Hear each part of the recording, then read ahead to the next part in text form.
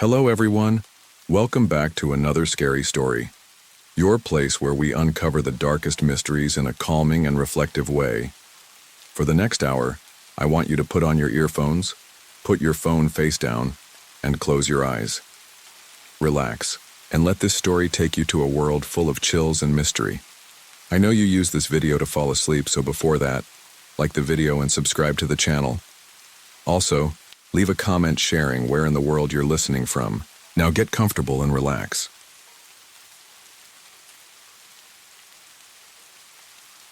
The first time I heard the stories about the Hollow Folk, I had just unpacked my things in the tiny cabin that would be my home for the next few months.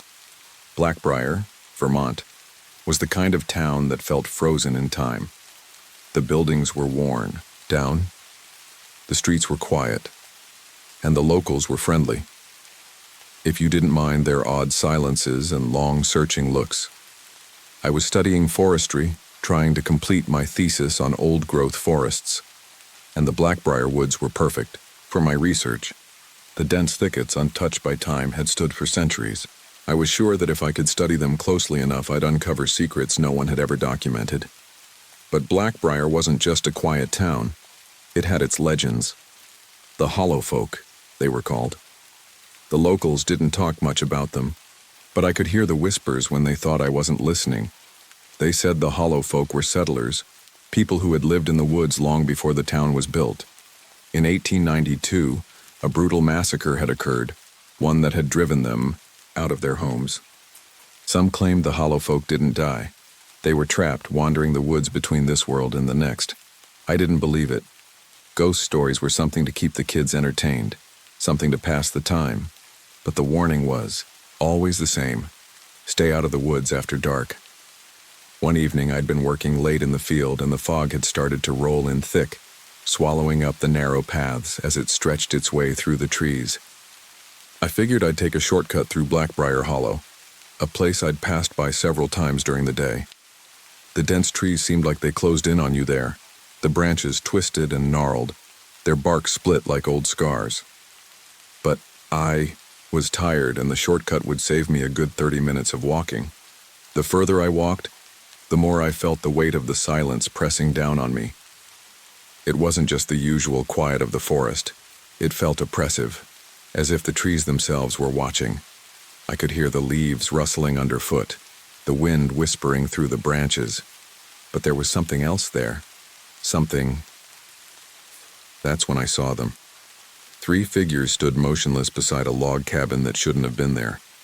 The cabin wasn't in any of my maps. I knew every cabin and building in these woods, and this one was pristine, as if it had been built yesterday, except for the way the air around it felt still and unnatural. The figures were dressed in moth-eaten, 19th century work clothes. They looked out of place, frozen in time, and the one closest to me, a woman, turned and smiled. Her teeth were blackened, stained by time or something worse. "We're rebuilding the Miller place," she said, her voice soft but rasping, like the sound of dry leaves scraping across the ground. "Come see." I froze, my heart racing. She stretched her hand toward me, but it wasn't a normal hand. It had 6 fingers, long and spindly, pale against the dim light. I tried to speak, to say something, but my mouth was dry, and no words would come. My breath came in shallow gasps. The woman smiled again, and I heard her voice in the back of my mind as if it wasn't just her speaking. "They've been waiting for you." I didn't move. I didn't know what to do. I wasn't sure if I should run or stay. But before I could make up my mind, the figures turned away, stepping back into the shadow of the cabin. The fog grew thicker, the cold pressing in, and I couldn't shake the feeling that something terrible was going to happen if I stayed too long. Without another word, I turned and hurried back the way I came, my heart pounding in my chest. I didn't look back, not until I reached the edge of the woods, and then I heard it. A low, almost imperceptible laugh, faint but undeniable. I didn't know what I had seen, but I knew one thing. I wasn't alone in those woods anymore. 3. Days passed after the incident in the woods, and I couldn't shake the image of the woman's 6-fingered hand or the strange, pristine cabin. The locals had warned me about the hollow folk, but it wasn't just their stories that haunted me now. It was the strange feeling in my gut, the eerie calm that seemed to follow me after I'd walked away from that cabin. I couldn't explain it. I didn't want to believe it. But the more I tried to ignore it, the more the memory gnawed at me. I couldn't get it out of my head. The idea of going back wasn't logical. I knew that. I had heard about the hollow folk's supposed curse, and yet something kept pushing me back to that cabin, that clearing. I was a researcher, a student, rational and skeptical. This was a perfect opportunity to investigate, to see if what I'd seen had any basis in reality. There had to be an explanation. Maybe it was just an old building someone had restored. Maybe the figures I saw were simply people dressed in period clothing for some weird reenactment. Still, I couldn't shake the haunting sensation that something was wrong. And so, I went back, armed with my camera, a flashlight, and the determination. To prove my skepticism, I set out on foot that evening. The weather had cleared up, but the air felt thick, like the world was holding its breath. The fog had returned, thicker than before, curling between the trees like fingers reaching for me. It took longer to find the clearing than I expected. The trees seemed to shift in the fog, and the undergrowth grew denser. Every step I took felt heavier, like the woods didn't want me to reach the cabin. But eventually, after what felt like hours, I found it. The cabin was different. It wasn't pristine anymore. It was a collapsed ruin. The roof had caved in, and the logs were rotted through, the remnants of once pristine walls now twisted and broken. The entire place felt like it had been abandoned for decades, not days. A rusted axe lay embedded in a stump at the edge of the clearing, oozing fresh sap, as though someone had just used it. I stood there for a long moment, the air cold around me, and then, against my better judgment, I lifted my camera and began taking photos. When I looked through the lens, the cabin was whole again. The logs were intact, the roof firm. It was like it had shifted in time, like I wasn't even seeing the same space. But the worst part came when I checked my photos. In every shot, standing in the window of the cabin, was the woman, the one with the blackened teeth, watching me. Her hollow eyes stared straight into the lens. I lowered the camera and shuddered. The temperature had dropped dramatically, and my breath didn't fog. The thermometer I kept in my pocket read 10 degrees, despite the fact it was still late autumn, not winter. The woman's voice echoed in my mind again, faint but clear. They've finished rebuilding. They want you to stay for dinner. I turned and ran back, the woods closing in behind me. That night I couldn't escape the images. The woman with the blackened teeth, the cabin shifting in and out of existence, and those eyes, empty, hollow, like they had seen everything and nothing all at once. I had been a fool to go back. I had known better than to listen to the stories, the warnings, and yet I had walked right into the heart of it. Now I was trapped in some kind of nightmare I couldn't wake up from. When I got back to my tent, I tried to shake off the feeling that something was watching me, but the air felt thick with it, pressing down on my chest. The woods weren't just nearby. They were inside me now, in my thoughts, in my breath, in every creak of the trees outside. I tried to sleep, but the whispers started almost immediately. Faint at first, like a breeze rustling through the leaves, but then they grew louder, more distinct. They were coming from the tree line. Children's laughter echoed through the fog, light and carefree, and I couldn't help but think of the hollow-eyed figures I had seen standing by the cabin. Were they children too? I sat up in my sleeping bag, my heartbeat quickening, the laughter turning into something darker. It wasn't playful anymore, it was insistent, sharp. Then came the sobbing. A man's voice, low and mournful, drifting through the trees. "They're in the walls." His voice cracked, breaking on the words, as if he were pleading for help. Sat frozen, unsure of what to do. Who was he? What did he mean? The woods were too silent at night, too thick with shadows, to make sense of anything. I wasn't sure if I was hearing things, if it was just the stress of my mind working overtime, but it felt real. Too real. I tried to drown it out, pulling the covers over my head, but that's when I heard it. Soft at first, then growing louder, the creak of a noose tightening. The sound sent a cold shiver through my entire body. It was followed by a gasp, a final, desperate exhale of air. The whispers died down, leaving only a suffocating silence behind. I lay there, heart racing, waiting for something else to happen, but the night stretched on in an unnerving stillness. The next morning I found muddy six-toed footprints outside my tent. They led from the entrance past the remnants of my gear and stopped at my bedside. The muddy prints were too fresh, too deliberate, as though someone had been standing there watching me while I slept. I didn't know what I was dealing with anymore. The hollow folk, the whispers, the phantom figures, none of it made sense. But I could no longer ignore the fact that something in these woods was alive, aware, and waiting. I had to leave, but I couldn't shake the feeling that whatever it wasn't going to let me go that easily. The morning came, but it did little to lift the weight pressing on my chest. The footprints outside my tent, those unmistakable six-toed prints, lingered in my mind. How could they have appeared without me hearing anything? I hadn't seen anyone approach, and the ground was soft, covered in damp leaves and thick moss. There was no reason for those prints to be there, yet there they were, fresh and unsettling. I packed up my tent with shaking hands, not bothering to take my time or carefully arrange anything as I usually would. There was a sense of urgency in everything I did now, an overwhelming need to leave before whatever was lurking in the woods could find me again.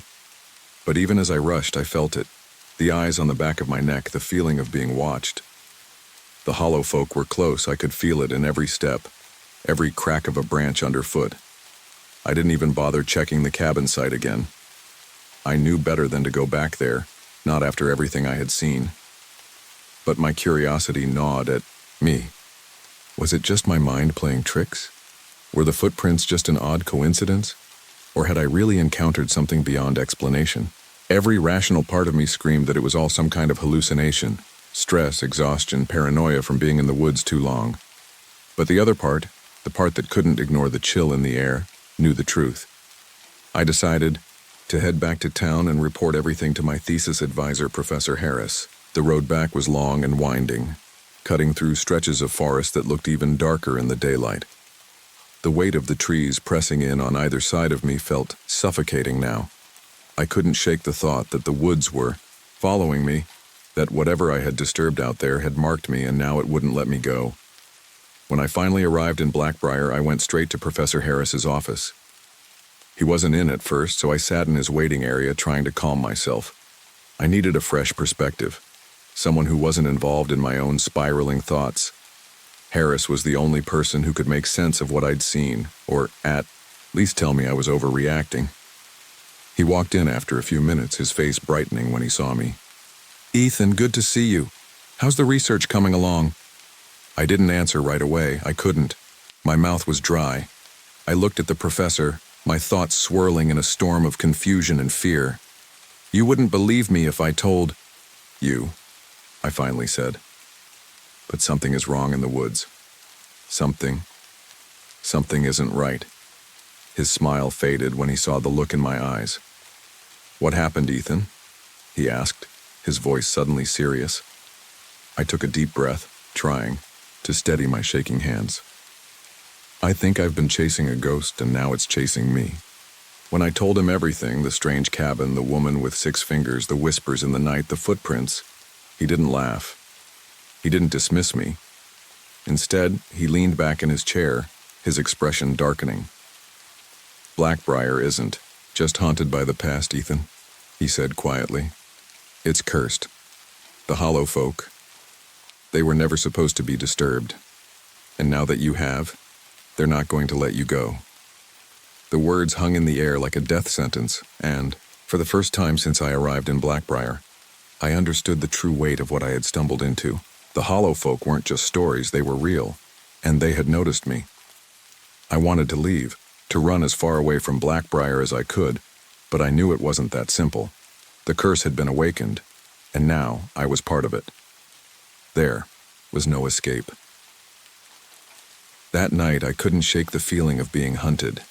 I hadn't spoken to anyone about what Professor Harris had said, but his words echoed in my mind, drowning out everything else. The hollow folk weren't just a legend. They were a curse, and I had disturbed them. It was too late to run. I returned to my small cabin, hoping for some rest before heading back to town in the morning. But the air felt different tonight. It was heavier, colder, as if the very ground beneath my feet had grown tired of holding me. The woods, which had always seemed so inviting, now loomed like a labyrinth, waiting for me to step into their grasp. I hadn't been inside long when I heard it again, the whispers. This time, they were louder, more distinct, and they came from all around me, not just the trees. They were in the walls, in the floorboards, in the air itself. At first, I thought they were just the wind, but as the whispers grew clearer, I realized they were speaking to me, calling my name, urging me to listen. "They've finished rebuilding," they said, the voice like dry leaves in a storm. "Come, join us." My heart raced as I bolted from the cabin, my feet carrying me through the fog-covered woods before I could think to stop. Every breath I took was sharp, frozen in my lungs. I had to get away, but the path seemed endless, the trees pressing closer, with each step. And then I saw it. The clearing. It was the same clearing where I had first seen the cabin, but now something was different. The air felt thick, heavy with the same energy I had felt when I first encountered the hollow folk. The figures were there again, 3 of them, standing motionless by the collapsed cabin. But now there was a 4th. It was me. I didn't understand. At first, my mind scrambling to make sense of it. But when I looked at the figure in the red forestry jacket standing at the edge of the clearing, I knew. His face was in shadow, but the posture, the familiar walk, it was me. Somehow they had made me one of them. The woman with the blackened teeth smiled at me, her grin widening. She stepped forward, her 6-fingered hand reaching out to me, beckoning me closer. "Join us, Ethan," she said, her voice lilting. "You've been a part of this all along." I wanted to scream, to run, but I couldn't move. I was paralyzed by the truth I had been too afraid to face. The hollow folk weren't just wandering spirits. They were trapped, but now they were dragging me into their web. In that moment, everything shifted. The world blurred. The trees, the fog, the figures in front of me. Everything melded into a single, unrecognizable whole. I felt myself being pulled in, slipping away from my body, becoming one of them. My mind raced, but it was too late. The next morning, when hikers passed through Blackbriar Hollow, they saw the clearing once again. But this time, there were 4 figures standing in a perfect line. The one in the red forestry jacket waved at them from the edge of the trees, but his face, forever in shadow, remained hidden from view. And the whispers, the ones that had once called to Ethan Cole, would continue, beckoning anyone who dared to listen.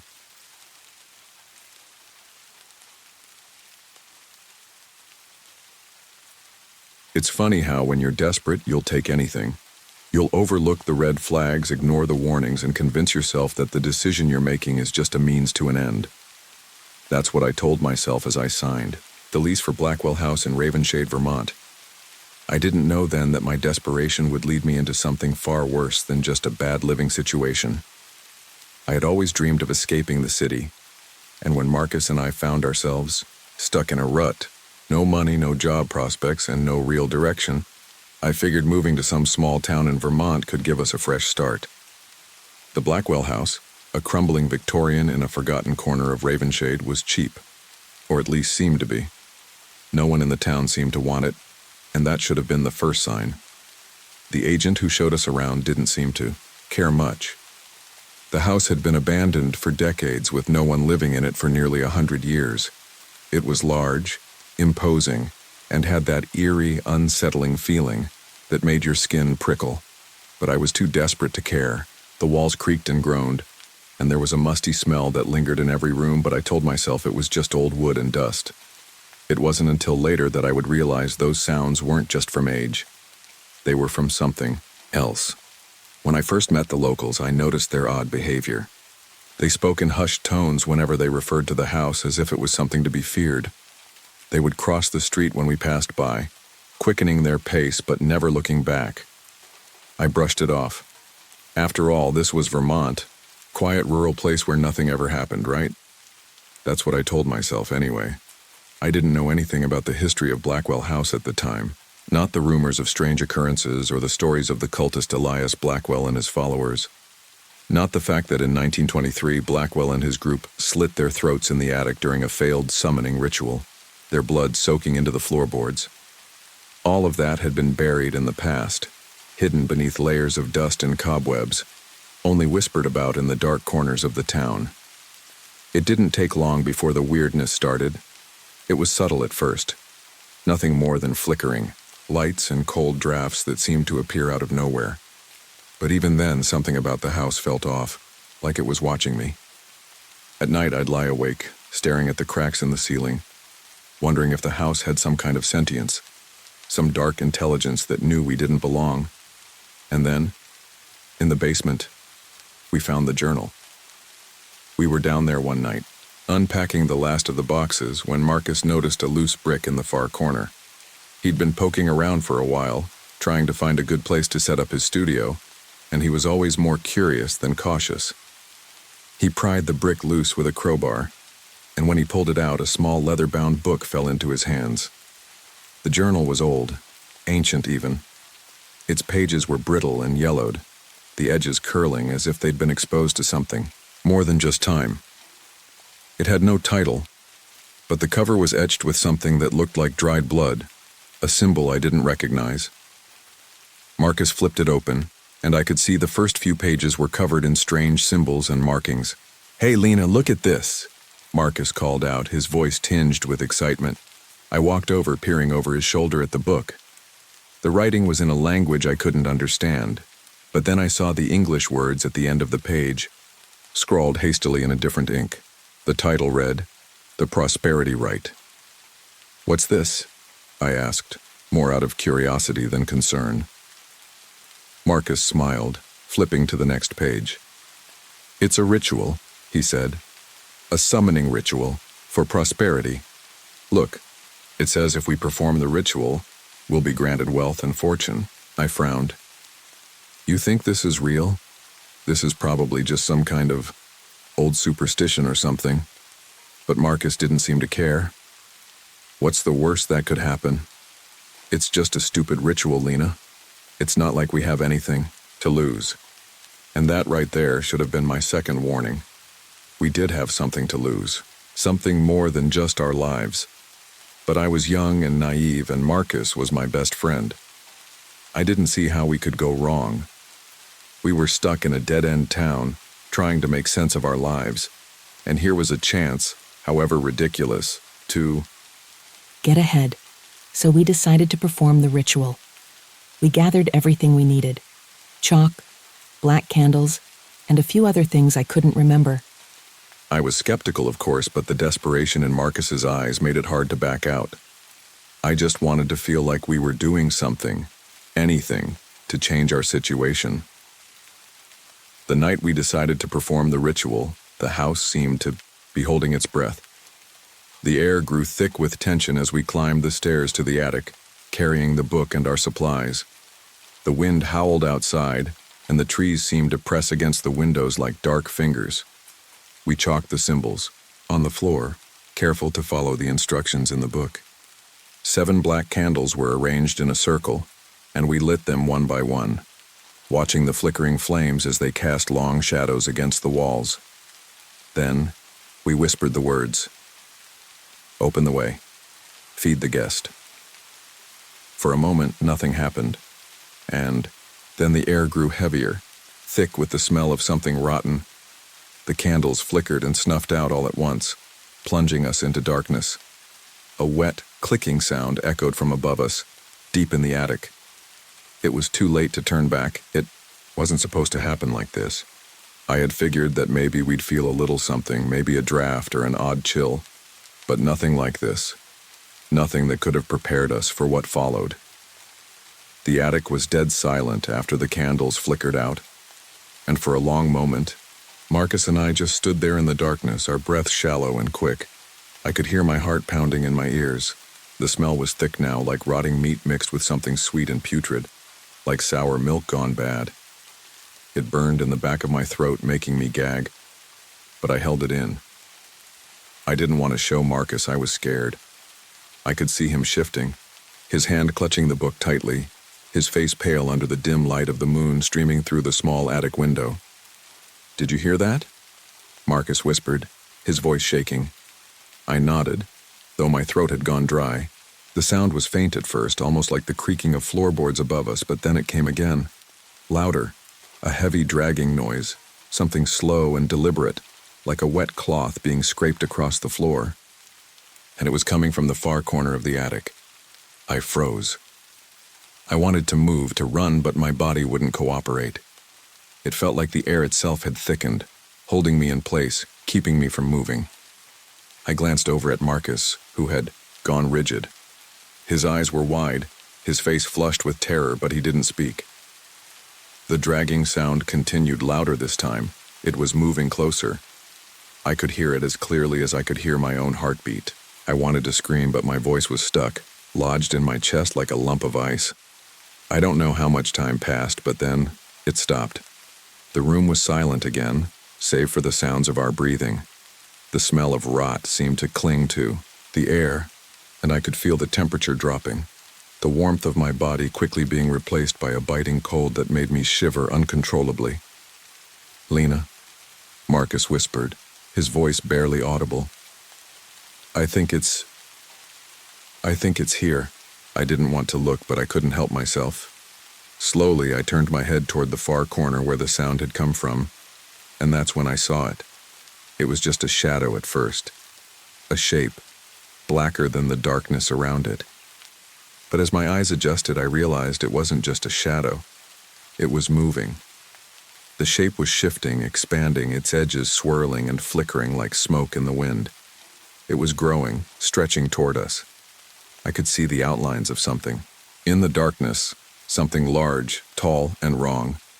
It had the vague shape of a person, but its features were distorted, stretched. Its limbs were impossibly long, too long, and they bent at angles they shouldn't have. It was almost like the thing was made of darkness itself. Its outline was indistinct, like a shadow trying to escape from the light. And then, as if it could sense me looking at it, it began to move. The room seemed to contract around us, the air pressing down with a weight that was suffocating. I tried to move, tried to take a step back, but my legs felt like they were rooted to the floor, heavy and unresponsive. Marcus made a sound, a strangled gasp, and took a step forward as if in a trance. His eyes were glazed over, unfocused, like he wasn't seeing the same thing I was. His hand stretched out toward the shadow, and I screamed at him to stop, but the words caught in my throat. "Marcus, no," I cried, but it was too late. He took another step forward, reaching out as though to touch it, his fingers trembling. The shadow seemed to respond to him, pulling toward him with a sickening slowness, its form undulating and twitching like it was alive. Then, before I could stop him, he stepped into the darkness. I felt a cold rush of air as he vanished from my sight. For a moment, there was nothing, just the silence of the attic, broken only by my ragged breathing. My heart was in my throat, and I thought I might collapse right there. My legs were shaking, but I forced myself to move. I ran toward where Marcus had been standing, but as I reached the spot, I froze. There was nothing there, nothing but empty space. My breath came in quick, shallow gasps. My mind raced, and I could feel panic rising in my chest like a tide. I spun around, searching the room, my eyes darting from corner to corner. The shadows were still shifting, but I couldn't see Marcus. I couldn't hear him. What happened to him? Where did he go? "Marcus," I whispered, my voice barely more than a breath. "Marcus." There was no answer, only the heavy, hollow silence of the attic. And then I heard it, the sound of footsteps behind me, slow and heavy, dragging across the wooden floor. My body froze. I turned around, my blood running cold as I saw it. The thing was back. But now it was closer, much closer. Its eyes, if they could be called eyes, gleamed in the darkness. pale, empty sockets that stared right through me. I could feel its gaze, cold and predatory, pulling me toward it. It moved with that same unnatural, jerky fluidity, its limbs twisting and bending at grotesque angles. It was real, and it wasn't just a shadow anymore. It was coming for me. I ran. I don't even remember how I made it out of the attic. My heart was pounding so hard I thought it might burst out of my chest. The floorboards creaked under my feet as I stumbled down the stairs, almost tripping in my panic. I reached the bottom and didn't stop. I ran through the house, hearing only the sound of my own breath and the pounding of my feet on the wooden floors. Finally, I reached the front door, throwing it open and bolting into the night air. The chill hit me like a slap, but it was nothing compared to the terror that still gripped my chest. I didn't stop running until I was halfway down the road, the house a distant silhouette behind me. When I turned around, I saw it. The thing. It was standing in the doorway of Blackwell House, its form just a black outline against the dim light of the porch. And it was watching me. It was waiting. I don't know how I made it through the night. I don't even know how long I've been running. But I know one thing. I couldn't go back. Not after what I saw. And as I sit here now, writing this, I know. The worst part is still to come. The house is still out there, waiting for the next person foolish enough to try and unlock its secrets. When I finally stopped running, I found myself sitting in a small diner on the edge of Ravenshade, shivering uncontrollably, my hands still trembling. The hot coffee the waitress handed me barely warmed me up, but I drank it anyway, hoping it would steady my nerves. The dark, dusty windows of the diner barely let in any light. The place stuck somewhere in the 1980s, from the greasy booths to the flickering neon sign outside, but none of it felt real, not compared to what I had just escaped. I hadn't heard from Marcus. Not a single call or text. His phone had gone straight to voicemail, and I felt a heavy weight pressing on my chest as I stared at the blank screen of my phone. I tried not to think about what had happened to him, but the truth was I couldn't get the image out of my head, the way he had walked so willingly into the shadow, the way he seemed almost hypnotized. My thoughts kept racing, looping back to the attic, the thing in the shadows, the way it moved, how I could feel it crawling up my spine even now, even as I tried to focus on the soft hum of the diner's jukebox. A woman sitting across from me noticed my distress. Her eyes were sharp, suspicious, but not in a hostile way. She had the look of someone who knew more than she let on, and she didn't hesitate before speaking up. "You were at Blackwell House," she said flatly, her voice low but direct. Blinked, taken aback. How did you know?" She smiled, just a little. It wasn't warm. "Everyone knows about that house, kid. It's not something you can just ignore. Not around here. And you're not the first person to come running out of there." I swallowed, my mouth dry. I have to find my friend. He's still in there." The woman's smile faded. "Your friend's not coming back," she said, almost matter-of-factly. "No one does once they go in. Once it has you, it doesn't let go. You should have left when you had the chance." I recoiled from her words, the chill creeping up my spine again. "What do you mean? What is it? What's in that house?" She leaned in, her gaze locking with mine. Her eyes were a sharp gray, too knowing, too filled with memories of something terrible. "It's the thing that feeds on people's souls. You summoned it when you did that ritual. You opened the door, and once the door is open, it never shuts. It's always hungry." The words hit me like a punch to the gut. I wanted to deny it, to call her crazy, but everything she was saying felt too real, too close, too familiar. "I tried to leave," I said, my voice shaking. I couldn't leave fast enough. I didn't even think to grab Marcus. "You didn't think because it has you too," she interrupted. "It can't let you go that easy. It wants you to keep looking back. It wants you to keep coming back. That's how it feeds. It plays with your mind. And it's in your head now, whether you want to admit it or not." I shuddered, gripping the coffee cup harder as if it would somehow ground me. "I don't know what to do. I'm scared it's following me." It won't let me go." She nodded slowly, like she had heard this story too many times before. "You'll be hearing it. You'll be seeing it. It doesn't just disappear, but you need to face it. You have to go back or it won't stop." My breath caught in my throat. "You want me to go back there? After everything that happened?" The woman didn't flinch. "It's the only way to stop it from taking you completely. If you let it, it will drag you down into the dark where it lives, where it feeds. But you can't just run from it. It's not that simple." I couldn't speak. I had no idea what to say. I had already been to the edge of that darkness. I had seen what it could do. The house, the shadow, the way it pulled at you, made you feel like you were in its grasp long before it ever physically touched you. "I don't think I can do it," I said, my voice barely above a whisper. "I don't think I can go back. What if it's too late for me? What if it's already taken Marcus?" The woman stood, her old knees cracking as she rose from the booth. She placed a hand on my shoulder, firm and steady. "You can, kid. You don't have a choice, because that thing, it's still coming for you. And if you don't face it, you're going to end up like the rest. You'll become just another soul it's taken." She left the diner without another word, and I was left staring at the half-empty cup of coffee, the room around me spinning. What was I supposed to do? I couldn't just keep running forever, I knew that. But could I really go back to Blackwell House? I didn't know if I was ready to face whatever was still waiting there, but deep down, a part of me already knew what I had to do. The feeling of being watched, the sensation of being followed. I couldn't keep pretending that I wasn't still trapped in that house, in that nightmare. I finished my coffee and stood up. There was no more running. I had to go back. And this time, I wasn't going alone. It took me 2 days to finally muster up the courage to go back. I didn't sleep the night before.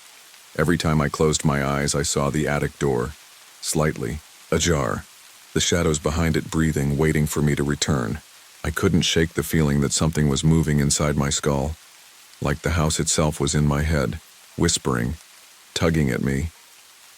I could feel its presence even though I wasn't there. It was as if the walls of Blackwell House had grown inside me, stretching out, crawling beneath my skin. I drove the winding road to Ravenshade, my knuckles white on the steering wheel.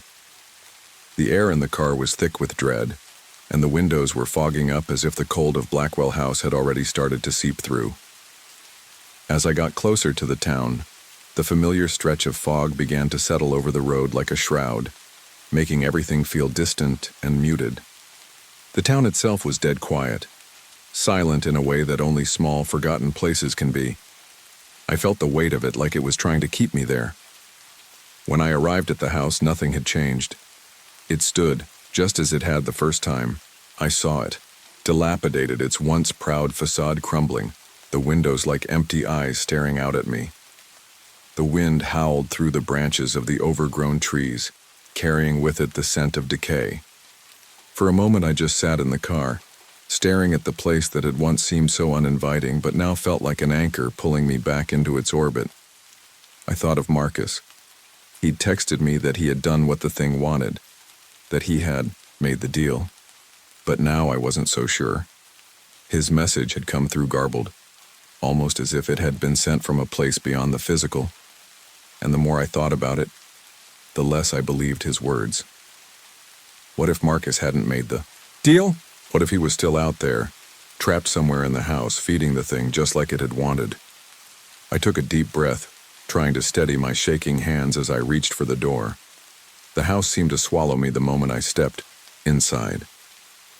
It was colder than I remembered, colder than the winter outside. The air inside smelled of mold, mildew, and something far worse. Something that lingered long after it had been hidden away. I knew what I had to do. I had to face it. There was no running anymore. The silence in the house was suffocating. I moved slowly, the floorboards creaking beneath me with every step. The shadows seemed to stretch unnaturally, twisting in the corners of my vision. The air itself felt thick, oppressive, like I was walking through something tangible, something that wanted to choke the life out of me. The walls of Blackwell House felt like they were alive, pressing in, contracting with each breath I took. As I reached the foot of the attic stairs, I hesitated. The door was shut, just as it had been when I left. But now it was different. The silence was louder. The darkness felt deeper. The scratching from the inside had stopped. There was no sound at all, just the deep hum of the house itself. I put my hand on the knob, and for a moment I thought I could feel something on the other side, something waiting for me. I gritted my teeth and twisted the handle. The door opened with an unsettling creak, revealing the attic, exactly as I had left it. The symbols were still there, drawn hastily in chalk. The black candles where we had left them, now melted down to stubs. But the air was different. It was heavier. The temperature had dropped even more, and my breath fogged in front of me. I stepped inside, my heart hammering in my chest. That's when I saw it. At the far end of the room, something shifted in the shadows. It was too tall, too thin. Its limbs bent at unnatural angles, its body slick with darkness. And then the worst part, its face. It had no face, not really. Just a featureless expanse of darkness where eyes and a mouth should have been, but you could feel it looking at you, watching you, waiting. It wasn't Marcus. It wasn't human. And as it turned toward me, the air grew colder. A horrible, gnawing hunger filled the space, so palpable that it felt like the room itself was eating away at me. My stomach twisted with nausea, and I staggered back, my breath quickening. The thing moved, sliding across the floor with inhuman speed. There was no sound, not even the softest footstep, just the sickening sound of something slick and wet dragging behind it. It was feeding, and it wanted more. I couldn't think, I couldn't breathe. The house, the thing, the darkness, it had all swallowed me. But then something snapped in my mind. I realized I wasn't alone. I turned my head to the corner of the room. There on the floor was Marcus. He was lying still, his body pale and limp, his eyes open but not focused. His hand reached toward the thing, but his movements were slow, sluggish, as though he didn't even know what was happening anymore. It was like he was part of it, like the house had taken him too. That was it. The thing in the walls, in the shadows, it wasn't just feeding on us. It was breaking us, piece by piece. "Marcus!" I screamed, stumbling toward him, but the moment I took a step, the thing reached out, and then it was on me. The cold, the darkness, the weight. I felt my body freeze, my heart slow, and I heard its voice. Or maybe it wasn't a voice. It was more like a thought, a feeling, something that burrowed deep inside me. We feed, and then we take. There's no escape. I couldn't move. I couldn't scream. And in that moment, I knew. The house would never let us go. I don't know how long I stood there in the attic, frozen, staring at the thing that had taken everything from us. My body felt numb, my mind spinning, each breath feeling like a struggle, like something was choking me from the inside. The air, thick and suffocating, pressed in from every corner of the room as if the house itself was breathing with me. I wanted to scream. I wanted to run, but my feet were planted to the floor and my mouth refused to form any words. The thing, it was real. I'd felt its touch, that cold, rancid breath that chilled me to my core. And now it was here, in the place where we had sealed the deal, where we had invited it in, just as the journal had instructed. I glanced at Marcus. His pale eyes stared blankly, fixed on something far away, his body limp and unresponsive. He wasn't Marcus anymore. He had become part of the house, part of the darkness. His once vibrant eyes were dull, empty, like a marionette whose strings had been cut. It was as if the thing had already started to consume him, erasing him piece by piece until all that was left was the hollow shell of the person I had known. A cold sweat broke out on my forehead. It wasn't just after Marcus, it was after me too. The realization hit me harder than anything. The thing we had summoned, it wasn't going to stop until it had us both. There was no bargaining, no deal, no escape. I looked around, my heart pounding louder now. The attic had once seemed so insignificant. Now it felt like the very walls were closing in on me. The symbols we had drawn in chalk were still on the floor, hastily scrawled, crude, and yet now, they felt like something alive. They weren't just markings. They were the boundaries of something ancient and dark, something that had been awakened when we had dared to perform the ritual. The floorboards creaked under the weight of the thing, its body shifting and undulating in the shadows. It didn't have a body, not in the way I understood it. It was more like an entity, an existence of malice and hunger, something that could wear 1,000 different faces but never truly be anything more than a void, a gaping maw that fed off despair, fear, and loss. The scratching from the attic door had stopped. The whimpering sounds, the desperate, breathless cries from Marcus, stilled as well. In the silence, I could hear the faintest whisper, a voice that was barely a murmur but still carried the weight of centuries. "You should have left when you had the chance." I forced myself to look away from Marcus, to focus on the attic door, the exit. But my legs wouldn't move. It was as if I had already been claimed, already tied to the house, a part of it now. And that's when I realized I wasn't just going to die here. It was going to take everything from me. It was going to take me as it had taken Marcus. Slowly, piece by piece, until there was nothing left but a husk of what used to be. But then I remembered something. The journal, the ritual. It wasn't just about the summoning. It was about feeding. The thing in the walls was hungry, yes. But there had to be a way to stop it. There had to be a way to undo the damage we had done. I turned back to Marcus, my breath ragged. The answer had been right in front of me the whole time. The journal had one last entry. The very last words scrawled in panic had been, "It wasn't fortune we summoned. It was a feeder, and now it wants its price." The price. The price it demanded was blood. But it could be anything. And maybe, just maybe, there was a way to reverse it, to give it what it wanted. I couldn't save Marcus, not anymore. He was too far gone, his soul already consumed by whatever hellish entity we had unleashed. But I could make a choice. I could give it something it wanted more than my life, something more than Marcus's blood. I could give it my soul.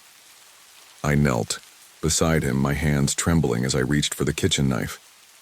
I had no other choice. I had no other way out. If I didn't do this, the thing would never stop. It would follow me. It would take everyone I loved, and it would never rest. The thought of it gnawed at my insides, eating away at my resolve. I had to stop it. For good. Without thinking, I raised the blade, pressing it to my palm. I hissed in pain as the sharp edge sliced through my skin, blood spilling onto the wooden floor. I felt it instantly, a shift in the air, a change in the temperature. The scratching from the walls began again, louder this time. It was coming. It was finally coming for me. "Take it," I whispered, my voice barely audible above the growing hum of the house. "Take me." The attic door slammed open, and the thing emerged. It was monstrous now, no longer a shadow, but a writhing mass of darkness and sharp, twisting limbs. Its presence was suffocating, overwhelming.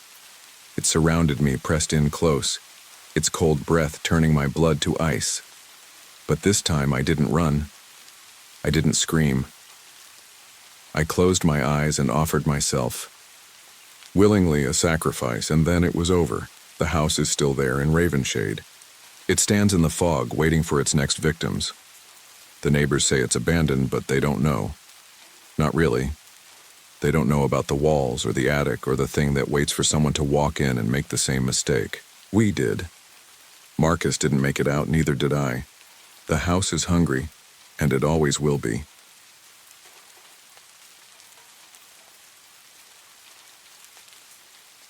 I don't know when exactly it happened, but the woods started calling to me long before I could bring myself to listen. They had always been there, of course. The breathing forest. Locals had always warned against it, ever since the 6 loggers vanished in 1987, but the story didn't carry much weight for me when I was younger. The town had a history of exaggeration, but then came the night Liam disappeared, and suddenly everything had weight. Liam, my younger brother, had always been reckless, wild, adventurous. He loved the woods just like I did, but I couldn't deny that part of me always feared the shadows in the trees, the way the wind would make the branches creak and groan like the forest was alive. I never said anything to him, of course. Not when we were kids. I let him go off on his own like I always did, and I always assumed he'd come back. He always did. Until last autumn, the search parties found nothing. Nothing except his flashlight, cracked from the inside. No footprints, no traces of struggle, just the flashlight lying in the mud near Hollow Creek. The police didn't investigate further, not after that. They chalked it up to a freak accident or some sort of disappearance. They didn't even consider the possibility of something else. But I couldn't let it go. I couldn't let Liam go. By the time the new moon arrived in the spring, I was obsessed. I had walked by the breathing forest so many times, but it had always seemed out of reach, like the woods had been a story that wasn't mine. But now it was my story. I had to know what happened to Liam, and the only way to do that was to go back to Hollow Creek, to walk into the place that had taken him, and find what was waiting there. That night, I waited until the town had gone, quiet, the last echoes of the day fading into the night. The darkness felt thicker than it should have, swallowing every sound, every light. The air was thick with the scent of wet earth, mingling with something else, something burnt, like charred hair. I stood outside my cabin staring at the no trespassing sign, and for a long moment I wondered if I had made a mistake. But I didn't turn back. I crossed into the woods, my flashlight beam shrinking with every step. It was like the trees were drinking the light, pulling it into themselves. My heart pounded in my chest, and I could feel the weight of the air pressing down on me, like invisible hands pushing against my chest.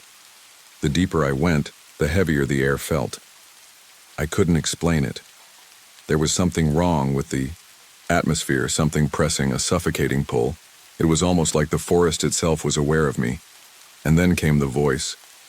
It wasn't a voice, not exactly, but I heard it all the same. An urging, a command. Go back. I spun around, the hairs on the back of my neck standing on end, but there was no one. The voice didn't sound like anyone I knew, but it felt like someone. It was an urge, a cold, whispering thought. It wasn't a thought of my own.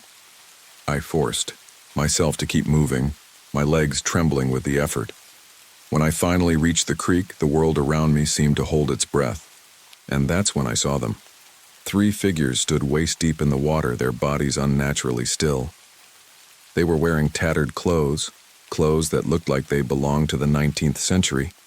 Work clothes. Their heads were tilted at impossible angles, their faces obscured by the shadows of the trees.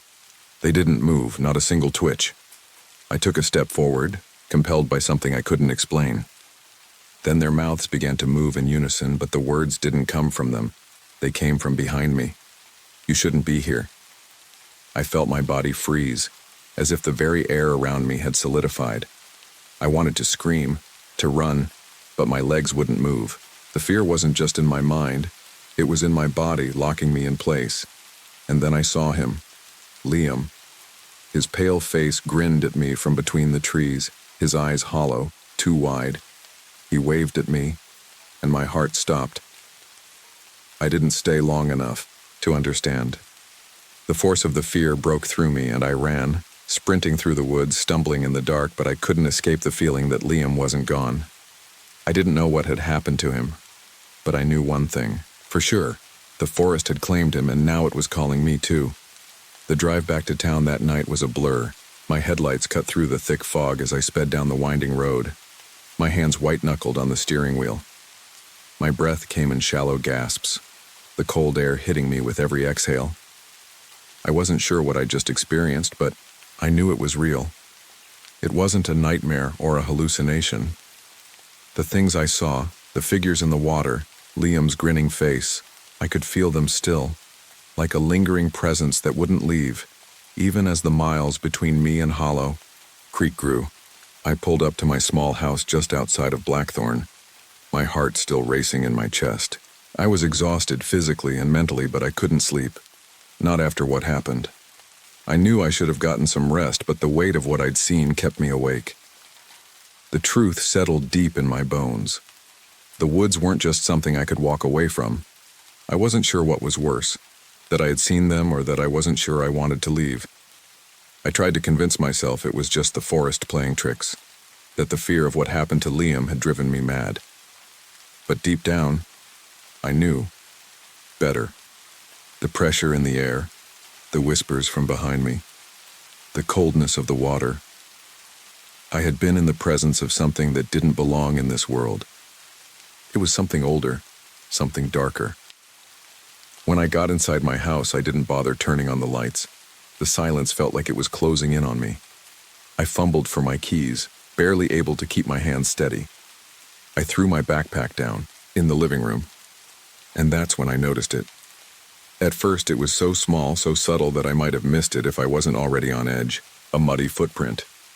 It was on the porch just outside the door, but there was something wrong with it. It wasn't the size of a man's footprint. It was too small, almost child-sized.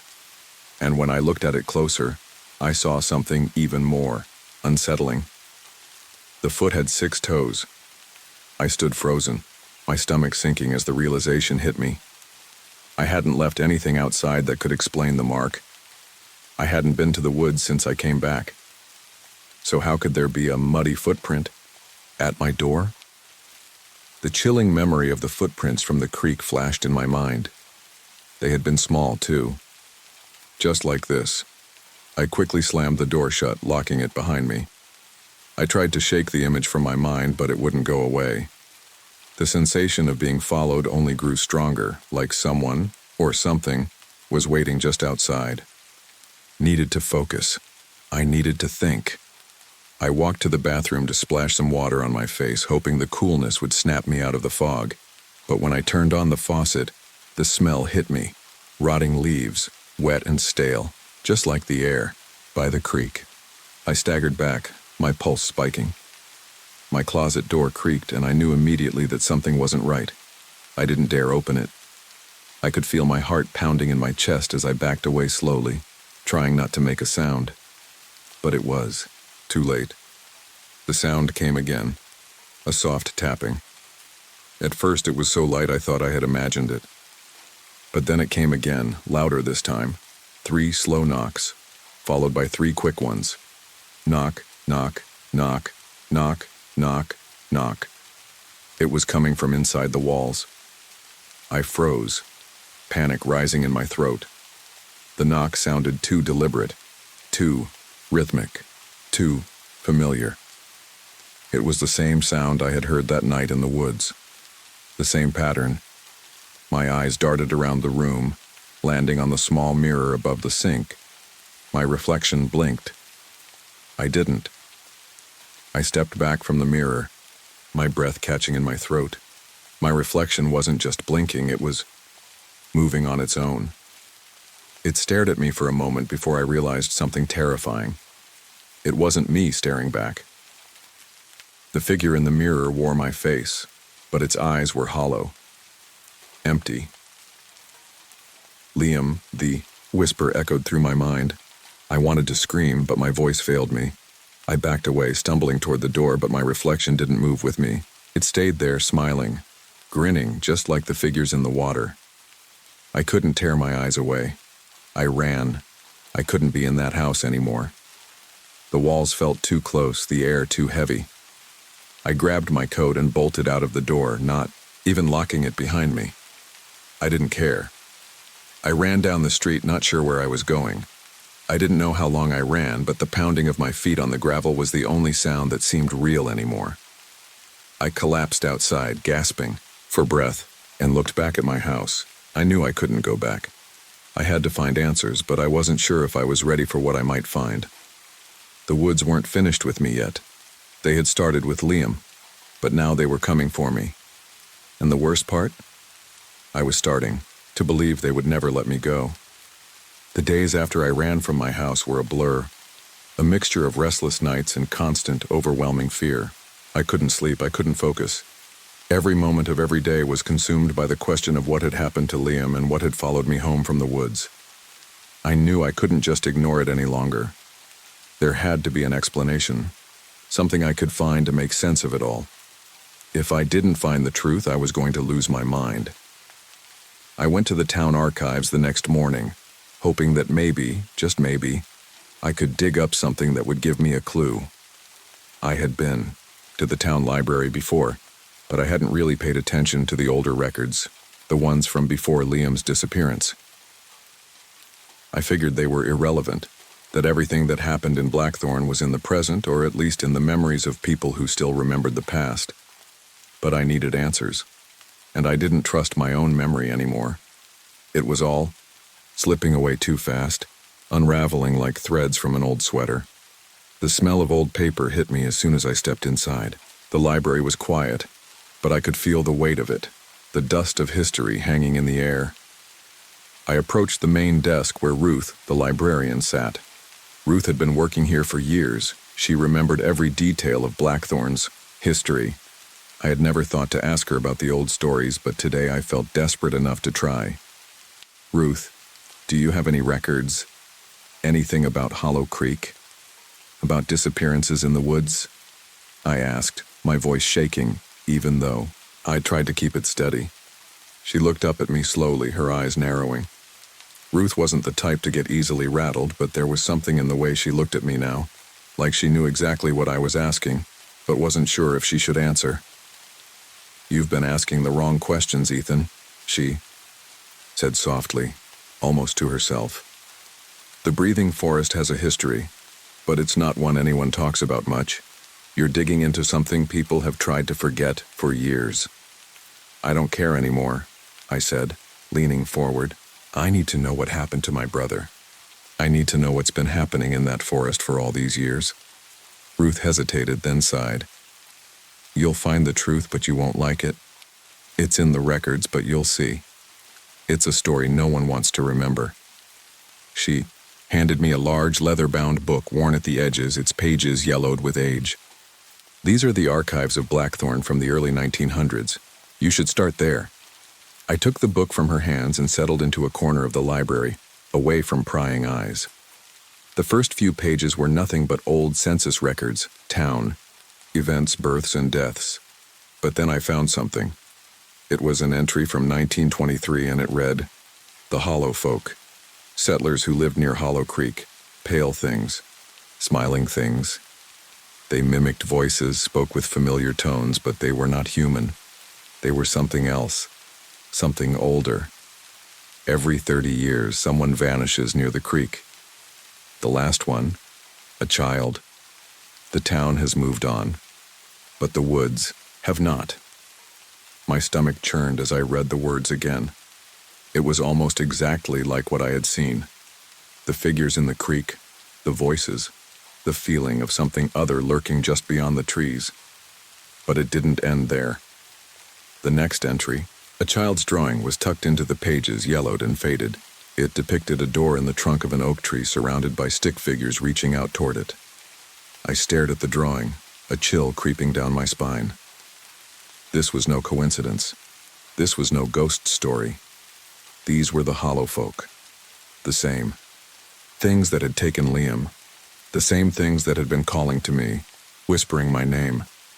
I turned the pages faster now, my fingers trembling as I found more and more accounts of disappearances, strange occurrences, and half-forgotten tales. But the most unsettling one was the last entry, written in a shaky, hurried hand. "The trees have eyes. The Hollow Folk are coming. We can hear their voices from the walls.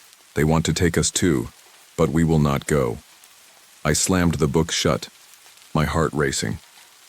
The air around me seemed to thicken, the silence in the library growing heavier. I felt as though the very walls were closing in. The truth had been buried.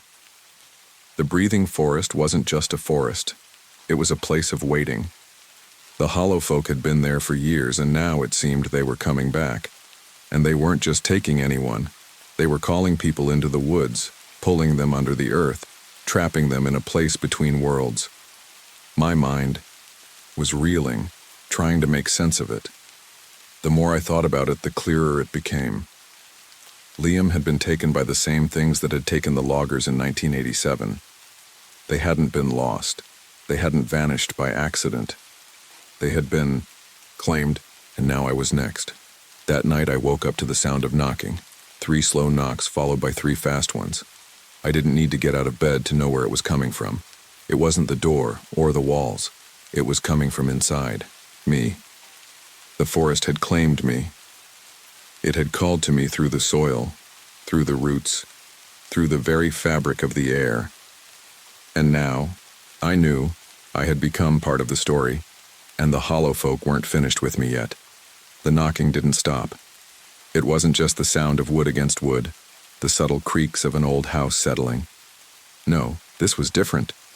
This was deliberate, almost rhythmic, as though something or someone was trying to get my attention. 3 slow knocks, 3 fast knocks. It was the same pattern every time. Each night it came, right after I closed my eyes, like a clock ticking down to something I couldn't escape. At first, I told myself it was nothing. I told myself I was just overreacting. The town had always been full of strange noises. The sounds of old houses settling, of pipes groaning under pressure. I had heard all of it before growing up in Blackthorn. But that night, after everything I had uncovered in the library, there was no denying it anymore. I couldn't ignore it. Not anymore. I sat up in bed, the room bathed in a dim moonlight that filtered through the gaps in the blinds. My breath was shallow, my hands trembling as I reached for the shotgun I had left propped up against the wall. I had taken to keeping it there after a series of increasingly disturbing occurrences, things I couldn't explain, things I didn't want to face alone. I wasn't a paranoid man, but there was no denying what I had learned about the woods. The truth, as horrible as it was, had become undeniable. The hollow folk had always been there, lingering between worlds, pulling people into the earth, into a place where time didn't quite work right. And now they were calling to me just like they had called to Liam. I checked the locks on the doors, the windows, and I threw salt along the windowsills. It was an old habit, a superstition, something I'd heard about growing up in Blackthorn. Salt keeps the spirits at bay, people used to say. But no amount of salt could protect me from what was out there in the woods. No amount of protection could keep the hollow folk from finding me if they wanted to. I couldn't sleep, not after what I had seen and heard. I needed to leave. I needed to get away from Blackthorn, from the breathing forest, from everything. But the woods, they wouldn't let me go. They never let anyone leave. Not for long. The knocks came again. Knock, knock, knock, knock, knock, knock. This time, I didn't hesitate. I grabbed the shotgun and moved towards the source of the sound, my front door. The knocks weren't coming from the wood. They were coming from beneath it. The ground, it seemed, was alive with sound. The forest had its grip on this place. It was pulling everything into itself, and I couldn't fight it anymore. I opened the door, and the world outside was swallowed by the fog, just like it had been the night Liam disappeared. The trees stood like sentinels, tall and imposing, casting long shadows across my yard. I couldn't see more than a few feet in front of me, the mist wrapping itself around me like the breath of something ancient. I stepped into the fog, my boots sinking into the soft earth. The air was thick, carrying that familiar scent of wet earth and something else, something foul. I was drawn back to the creek, back to the place where I had seen Liam's grinning face. I was being led, like prey, to a trap, and I knew it, but I had to see it. I had to know what happened to him. I had to know if there was a way to end this, to end the curse that had claimed my brother, and now seemed determined to claim me too. As I walked deeper into the woods, the fog closed in tighter, wrapping itself around me. The knocking stopped, but the whispers started again. "You're close." The words came not from the trees, but from within me, like a voice trapped in my own skull. "Come back." I knew where I was going before I even reached it. The clearing. The one from the night I saw Liam. But this time something was different. The air felt heavier, suffocating almost. The trees loomed overhead, their twisted branches creating an impenetrable canopy. And in the center of the clearing stood a tree, the oak, the one struck by lightning long ago. Its bark was split, its roots sprawling like veins beneath the soil. The door was there, just as it had been in the drawing, just as it had been in the records. The door was open, and the hollow folk were waiting. Liam stood in front of it, his face pale, his smile too wide. His eyes were hollow, just like the others I had seen in the forest. He didn't look like my brother anymore. He was something else, something older, something that didn't belong in this world. He waved at me, the same way he had in the woods, and I could hear his voice, my voice, calling out to me. "You're home," he whispered, his voice both distant and immediate. "They've finished. You're one of us now." I stepped forward, my hand trembling as I reached for him. But before I could touch him, the ground beneath me gave way. The roots of the oak tree burst from the earth, wrapping around my legs, pulling me down. The last thing I saw was Liam's face, his smile widening as the soil closed around me. The knocking started again, louder now, and I realized with a sense of terror that gnawed at my soul that it wasn't me knocking. It was the forest itself. The hollow folk were coming, and I was no longer part of the world I had known. I wasn't sure if I was still alive, if what was happening to me was real, but I knew one thing. There was no escape. The woods didn't let go, and now I was one of them. In the silence, I could hear the whisper of my own voice from the tree line. "It's time for dinner." I couldn't move. The roots that had wrapped around my legs, pulling me into the earth, felt like chains tightening, pressing down on me with a force I couldn't escape. Panic surged through my chest, but the more I struggled, the more I felt myself sinking. The thick, damp soil beneath me was alive, cold and pulsing. It was as if the ground itself was breathing, and I was being swallowed whole. Liam's voice echoed in my mind, mingling with the whispering of the forest. "You're one of us now." The words circled in my head like a death sentence, each repetition growing louder, more desperate. "You're one of us now." I wanted to scream, but I couldn't. My body felt frozen, trapped in this nightmare where the air was thick with something otherworldly, something that didn't belong in the world I knew. The roots twisted deeper into the soil, dragging me further down. I could feel the weight of the earth above me, the pressure building, suffocating. My vision blurred, and all I could hear was the pounding of my own heartbeat. The hollow folk. I had read about them in the archives. Pale, smiling things that mimicked voices, waiting in the woods for someone to stumble into their grasp. I had been one of them. They had taken Liam, they had taken me, and now they were going to pull us into their world. The truth was undeniable now. The breathing forest wasn't just a place in Blackthorn. It was a place between worlds, a hollow where time stretched and bent, where the living and the dead tangled in a dance that had been going on for far too long. I looked around, and the fog seemed to thicken around me, rolling like an ancient tide. The trees closed in, their branches reaching out as though they were trying to hold me, to claim me. And then I saw them. The figures I had seen by the creek, their heads tilted at impossible angles, their grinning faces staring back at me. They were standing around the oak tree, the door in its trunk wide open as though inviting me in. The ground beneath my feet seemed to pulse in time with the rhythm of their breathing, and I could feel the pull of the earth dragging me forward. Liam was there too. His face was pale, his eyes wide, his grin unsettling. "Join us," he whispered, his voice faint but clear. But it wasn't his voice. It was the voice of the forest, the voice of the hollow folk that had been waiting for me. The very same voice that had whispered to me all along. And then, I understood. I wasn't just being dragged into the earth, I was being pulled into them. The hollow folk didn't just take bodies, they took souls, pulling them into the void between the living and the dead. And they didn't just want me, they wanted everything I had.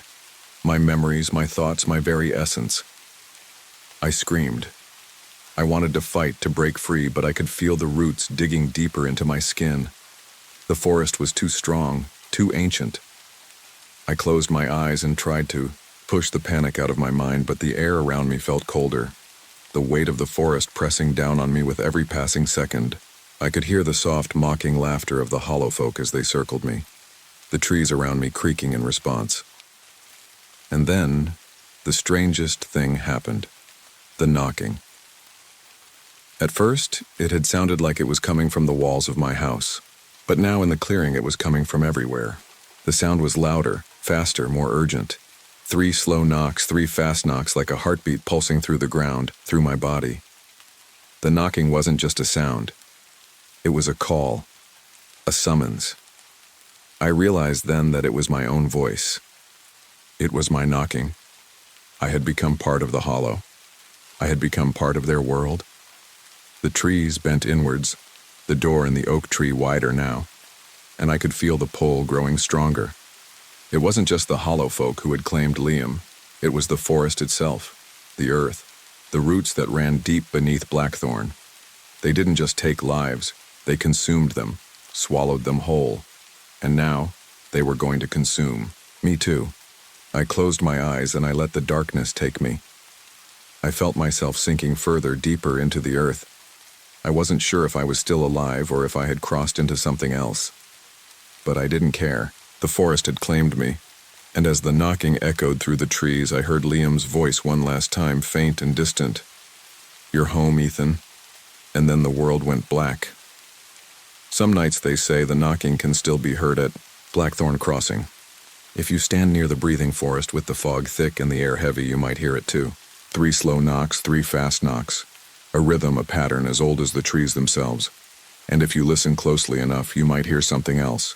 A voice, faint and distant, calling your name. It's the hollow folk. They're waiting, and they don't let go.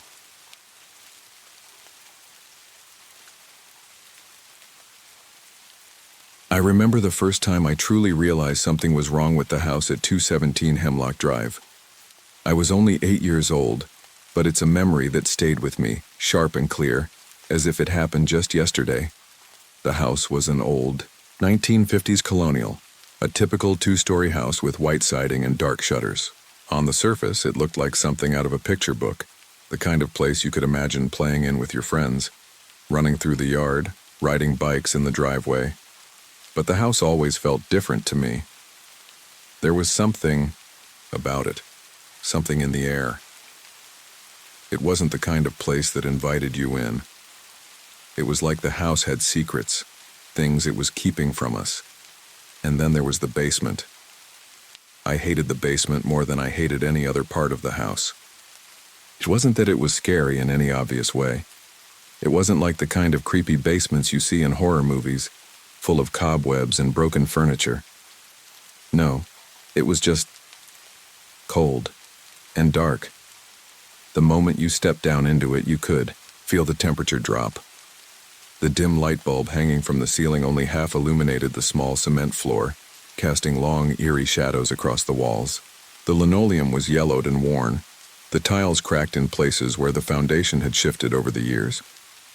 I didn't want to go down there, not because I was afraid of ghosts or monsters, but because there was always something waiting.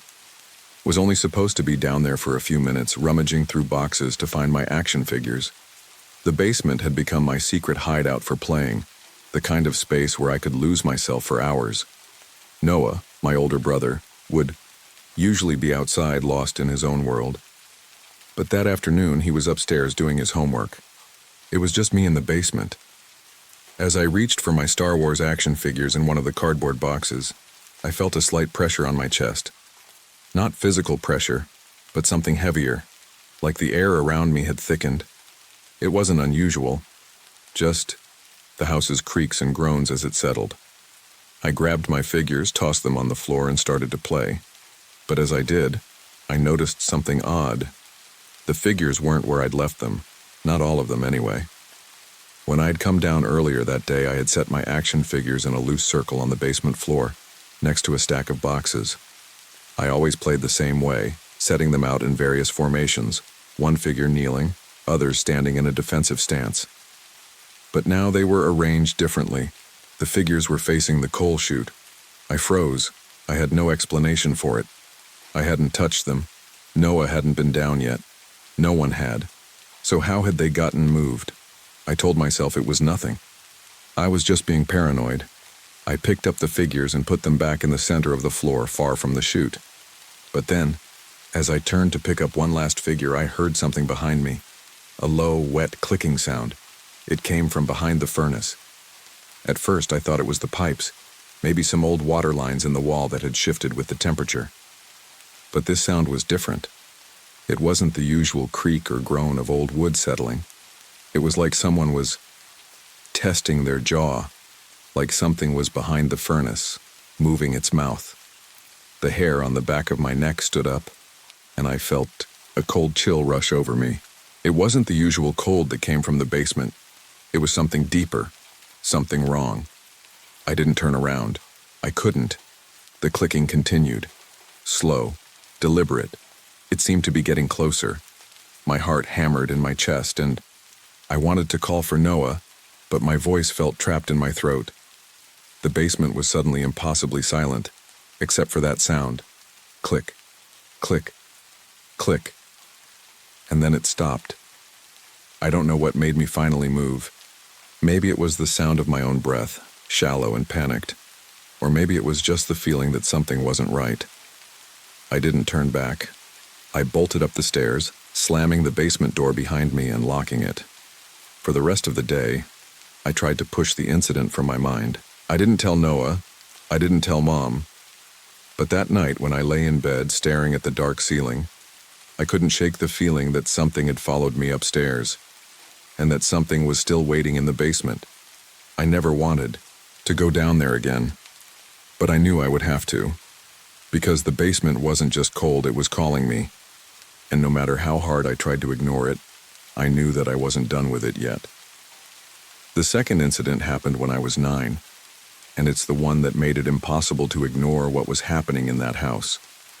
By that point, I'd been down to the basement a few more times, mostly to retrieve things for Mom. I'd force myself to go down there, keeping my eyes straight ahead, never allowing myself to look over at the coal chute, where I knew something waited. But the house had a way of making me feel like I couldn't run from it, no matter how hard I tried. The feeling of something being there, always watching, had intensified. Noah, my older brother, could always sense when something was wrong. He didn't speak much about it, but he would sometimes stand by the basement door, listening, his head cocked as though he could hear something that wasn't meant to be heard. One afternoon, we decided to play Nerf guns in the basement. The house was quiet, the kind of quiet that made every little sound feel like a whisper in the dark. I was on one side, crouched behind the stack of old boxes, and Noah was on the other, trying to make his way to the safe zone behind the furnace. Wasn't really in the mood to play. My thoughts kept drifting back to that night, to the basement door I had slammed shut, and the cold feeling that seemed to grow stronger each day. But I tried to focus on the game, the sound of the Nerf dart whizzing past me, the thud as it hit the wall. That's when the lights flickered. At first, I thought it was just a random power surge, nothing to worry about. But then it happened, again, and again. The lights dimmed in a sequence. The farthest light dimmed first, followed by the one closest to me, and then the one by the stairs. It was as if something was walking under the floor, moving from one end of the basement to the other. I froze. Noah didn't notice at first, too busy trying to sneak up behind me. But when the temperature in the room suddenly dropped, by what felt like 20 degrees almost instantly, he stopped too. He looked at me, his eyes wide. "What the hell?" he asked, his voice low, as if not wanting to say it too loud. I didn't answer. I couldn't. I was too busy staring at the basement door, which had slowly started to open on its own, inch by inch. The door was heavy, made of thick, solid wood, and it shouldn't have been able to open by itself. But there it was, moving. I felt my stomach twist, the cold air biting at my skin as it seemed to spill from the basement, curling around my legs. My hands went clammy, and I could feel the breath catch in my chest, as though the very air around me was pressing down. It wasn't just the door, the floor itself seemed to be alive now. The thumping had begun, the heavy thuds like something large and slow was walking toward us. It came from the direction of the coal chute. Then the knocks, 3 slow, deliberate knocks. They came from the coal chute. The first was sharp. Knock. The second seemed to linger, reverberating in my chest. Knock. The third was so soft I could barely hear it knock. I don't know who was more scared, Noah or me. The basement had always felt wrong, but now it felt alive. I didn't want to turn around, but I couldn't help it. I had to look. When I did, there was nothing. Just the empty space in front of the coal chute.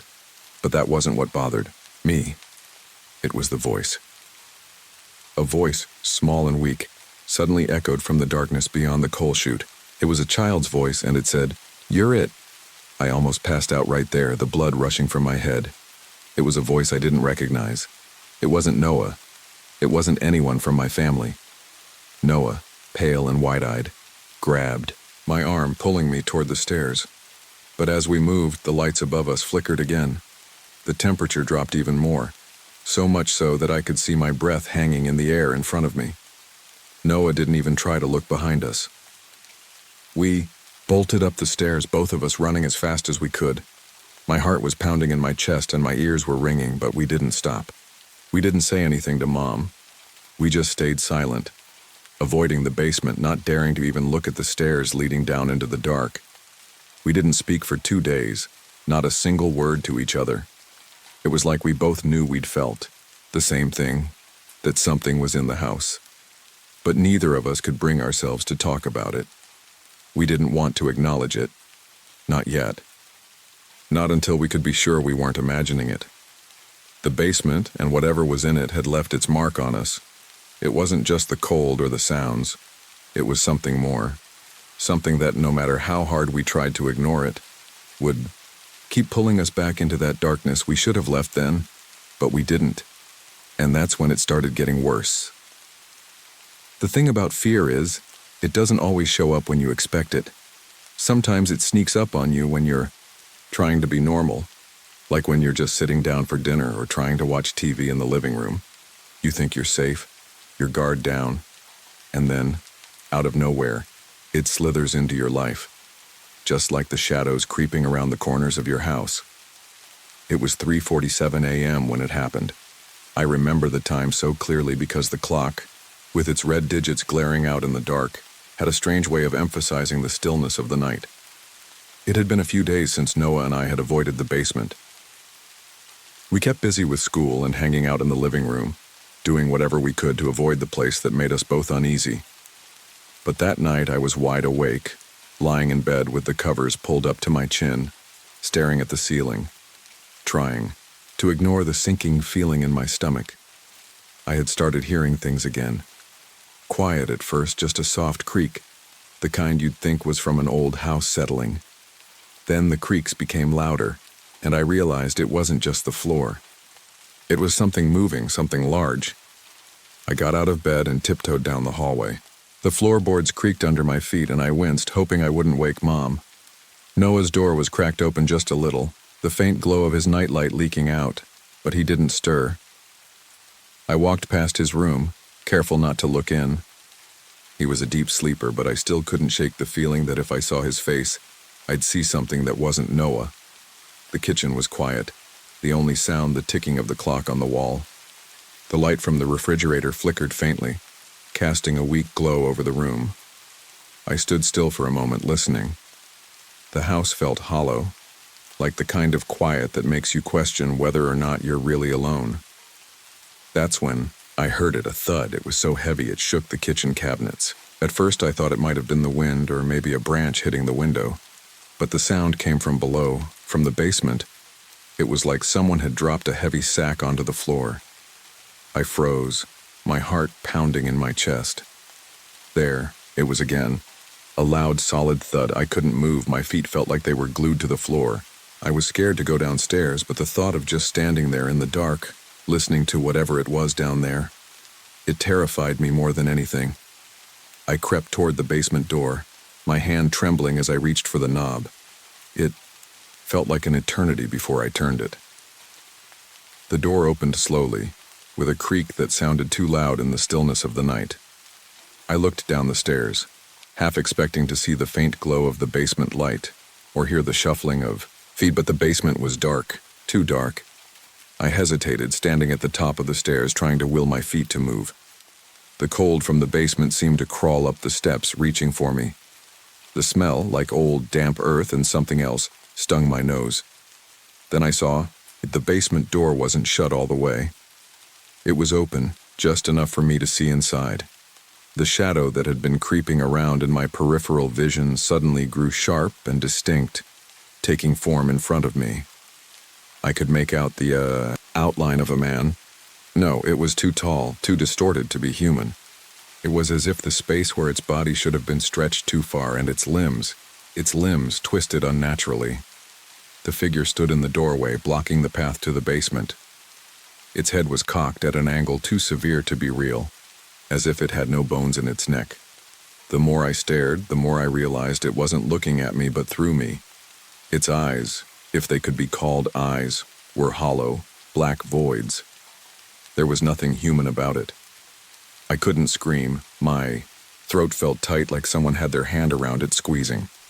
I backed away slowly, but my legs felt like lead. Every instinct told me to run, but something kept me frozen in place, my eyes locked on the thing that stood just beyond the threshold. It was waiting. Watching. I don't know how long I stood there. Time had stopped, and the air had become thick, suffocating. The kitchen felt so far away, but I couldn't tear myself away from the figure in front of me. It didn't move. It didn't speak. It didn't need to. Then, without warning, it stepped forward. The sound of its movement, so slow, deliberate, made my skin crawl. I saw its mouth open, but it didn't open the way a normal mouth should. It was like a snake unhinging its jaw, only much wider, too wide for its face, the dark inside seeming to swallow everything around it. I bolted. I didn't look back. I didn't stop until I was in my room, locking the door behind me. My breath was ragged, my heart pounding in my chest, and I could still hear the creak of its movement in my head. It felt like hours had passed before I could bring myself to sit down on the bed. But when I did, everything went silent. Too silent. The house was still, but I knew it wasn't over. That thing, whatever it was still in the house. It hadn't left. And I couldn't shake the feeling that it was waiting for something, waiting for me to come back down. I didn't sleep that night, and I never wanted to go near the basement again. But I knew I would have to. When I was younger, my mom used to say that fear wasn't real, that it was just something our minds made up to trick us into staying safe. It never really made sense to me then, not until I started to understand how deeply fear could twist reality, how it could bleed into your every thought until you couldn't trust your own senses anymore. I didn't want to believe that whatever was in our house, whatever had been lurking in the basement, was real. But after the night in the kitchen, I wasn't sure what else to believe. I didn't go downstairs for days. I kept myself locked in my room, trying to convince myself that everything had just been a nightmare, just my imagination running wild in the dark. But Noah, he wasn't so sure. He'd been sleepwalking again, something that had been happening on and off for years. But this time it was different. He would wake up in the middle of the night, drenched in sweat, mumbling things that didn't make sense. I could hear him from my room, his voice slurred and panicked. Not the game, he would whisper. Don't make me play anymore. I tried to ignore it. I told myself it was just the stress from school or the fact that he had gotten into one of those horror movies that were too much for him. But the more it happened, the more uneasy I felt. It wasn't just his sleepwalking anymore. It was his behavior. His eyes wide and vacant, like he was being pulled somewhere else, like his body wasn't his own. That's when I heard it again. The thud. This time, it came from upstairs. At first, I thought it was just Noah again, maybe trying to get out of his room, but the sound was too heavy, too deliberate. It echoed through the hallway like something large had been dropped. I jumped out of bed, my heart already pounding, and rushed to his room. The door was ajar. I stepped inside, and the first thing I noticed was how cold it was. It wasn't the usual chill of an old house in the winter. No, this was something deeper, something that made my teeth ache. Noah was standing by the window, his back to me. He wasn't facing the glass like he usually did when he was sleepwalking. He was facing the wall, his body bent unnaturally, as if he had been forced into that position. "Noah?" I called out softly, my voice trembling. His head snapped around so quickly it made me flinch. His eyes weren't the same. They were hollow, like he was staring at something far away, something only he could see. His lips were parted, his breathing shallow. He smiled. It wasn't Noah's smile. It wasn't the smile I'd known all my life. It was too wide, too unnatural, and there was something wrong in it. A twisted satisfaction, like he had just been given a horrible gift. I stepped back. "Noah, what's going on?" But his smile only grew wider, and he whispered something that made my blood run cold. "It's almost time." I backed out of the room, my heart hammering in my chest. I needed to get away. I needed to figure out what was happening, what was inside the house, and what it wanted. But when I turned to leave, I froze. The basement door was wide open. I don't know how long it had been open, but there was a dim light coming from below, barely enough to make out the stairs. I stood there, paralyzed with dread, listening to the faint sound of something scraping the walls down there, just out of reach. Something was waiting. I tried to call for my mom, but the words caught in my throat. The house felt too big, too empty, as if it was closing in on me. I couldn't shake the feeling that the walls were watching, waiting for the right moment to strike. I thought of the cold, unblinking stare of the figure in the basement, and a wave of nausea hit me. The thing that had been in the basement wasn't gone. It hadn't forgotten about us. I took a deep breath, trying to steady my shaking hands. I knew what I had to do. I had to face it, confront whatever was in that basement, or it would keep coming for us, for me and Noah. But when I reached the top of the stairs, a sudden sharp noise froze me in my tracks. A knock. 3 slow, deliberate raps from the basement, the same pattern, the same rhythmic sound that had started everything. And then the voice, soft and breathless, from deep in the shadows. "Come play with me." The door slammed shut behind me with a force that rattled the walls. I turned to face it, the terror rising in my chest. But before I could react, I heard it again. Closer this time. "Come, play." The voice was different now. It wasn't just a whisper. It was a demand. I knew what it wanted. It wanted a game. But I wasn't sure I could play by its rules anymore. I had no choice. I couldn't run anymore. It had already taken so much. I walked down the stairs slowly, my legs weak with fear. The basement light flickered erratically, casting long shadows that seemed to move on their own. I felt like I was being drawn into it, pulled into the darkness, just like it wanted. And I was right. As soon as I stepped into the basement, I knew. The walls were covered in marks, scratches, deep gouges, as if something had tried to claw its way out. The air was thick, too thick, and it smelled of something rotten, something long dead. That's when I saw it. Noah standing at the far corner of the room, his back to me. He wasn't smiling anymore. His face was blank, but his eyes were wide, unblinking. And behind him, in the shadows, something moved. Something big. I was too late. It was here. And now, it was my turn to play. Time seemed to slow the moment I crossed the threshold into the basement. The light from the single bulb hanging overhead flickered once, casting eerie shadows that stretched like skeletal fingers across the floor. The room smelled of mildew and decay, as if it had been sealed for years, cut off from the rest of the house. The air was thick and suffocating, the kind of cold that seeps deep into your bones. Noah was standing by the far wall, his figure a pale silhouette against the shadows. His eyes were wide, unblinking, but they weren't his eyes, not anymore. I had seen this before, but now it was different. The vacant stare, the unnerving stillness in his body. It was like he wasn't just sleepwalking. He was somewhere else, trapped inside his own skin. I tried to call his name, but my voice was thick, stuck somewhere in my throat. The silence was deafening, pressing in from all sides. And then I heard it again, those wet, clicking sounds. They weren't coming from Noah. They were coming from the far corner, from the coal chute. My heart skipped a beat as I turned toward the sound. The chute, the one that had been sealed for decades, was slightly ajar. There was a shift in the air, something cold and ancient moving inside it. I wanted to scream, to run, but my feet felt heavy, like I was sinking into the floor with every step. And then I saw it.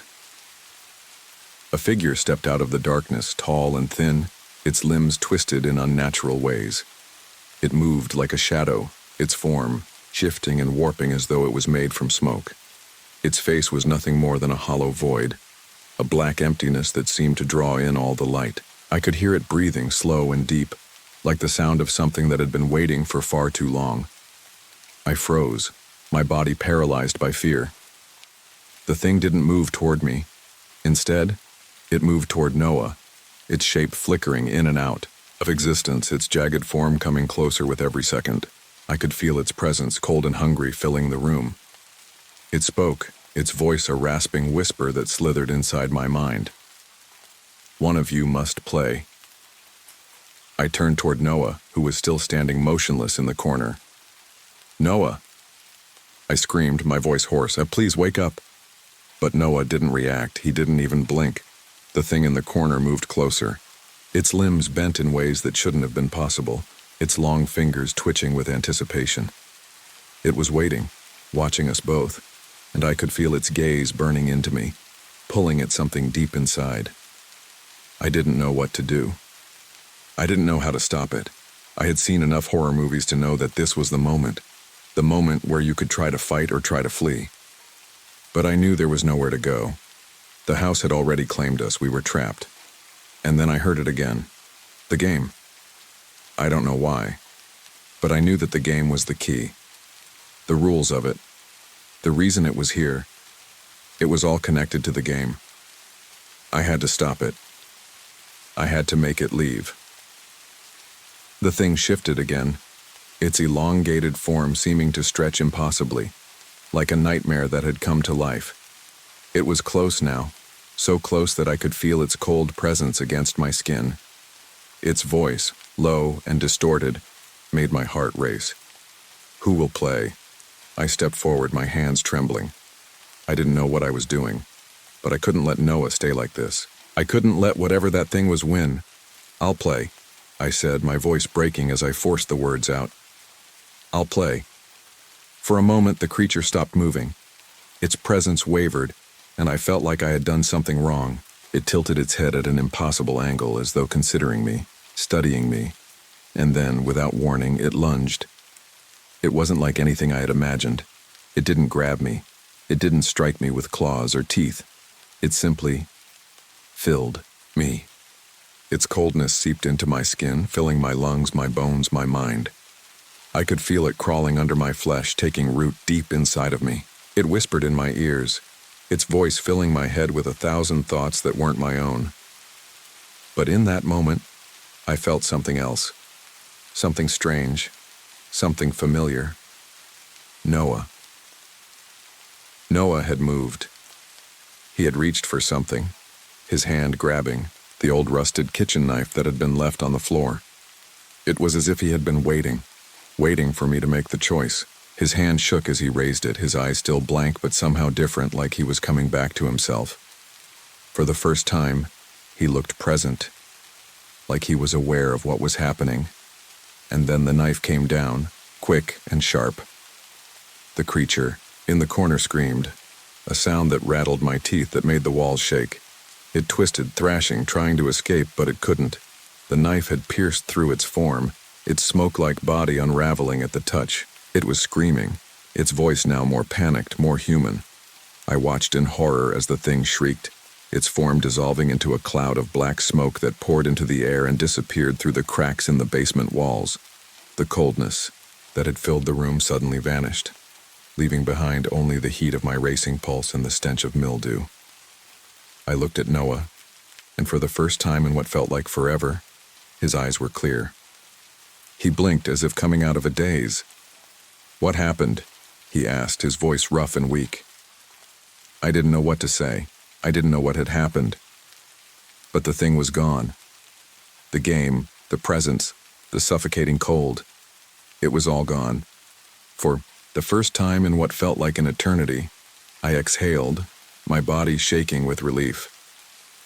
But as I stood there, the basement door creaking slowly shut behind me, I couldn't shake the feeling that we hadn't finished playing yet.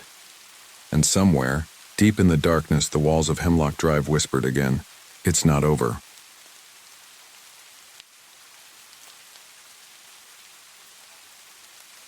Holloway Middle School sat at the edge of Blackwater, Louisiana, like a forgotten relic of a darker time. The building was imposing, built in the 1950s in the architectural style of its era, rows of square windows and clean lines. But despite its pristine exterior, there was something about the place that gave you pause. Maybe it was the old, peeling paint on the shutters, or the way the air around the school always seemed heavier than it should be. Or maybe it was the history, the part of Holloway's past no one ever wanted to talk about. When I first heard about the school's dark history, I thought it was just another urban legend. You know, the kind of spooky stories people tell to make an old place feel alive. But when I moved into Blackwater with my family, I quickly realized there was more to the story than I ever could have imagined. Holloway had always been a place where strange things happened. The school's origins were marked by tragedy, a fire at the reform school that stood before it, a fire that had taken the lives of 23 girls in 1923. The building that replaced it was never the same, never quite able to shake the memories of those lost lives. But the real nightmare didn't begin until 1993, when a promising 8th grader named America Lockwood was found strangled in the library with her own scarf. She was loved by everyone, bright, talented, and kind-hearted. America always had fresh wildflowers on the teachers' desks, and her smile could light up the darkest of hallways. Her death was a mystery that hung over the school like a thick fog. No one could figure out who had killed her or why. But then, the strange things started happening. I remember my older sister telling me stories about America's locker.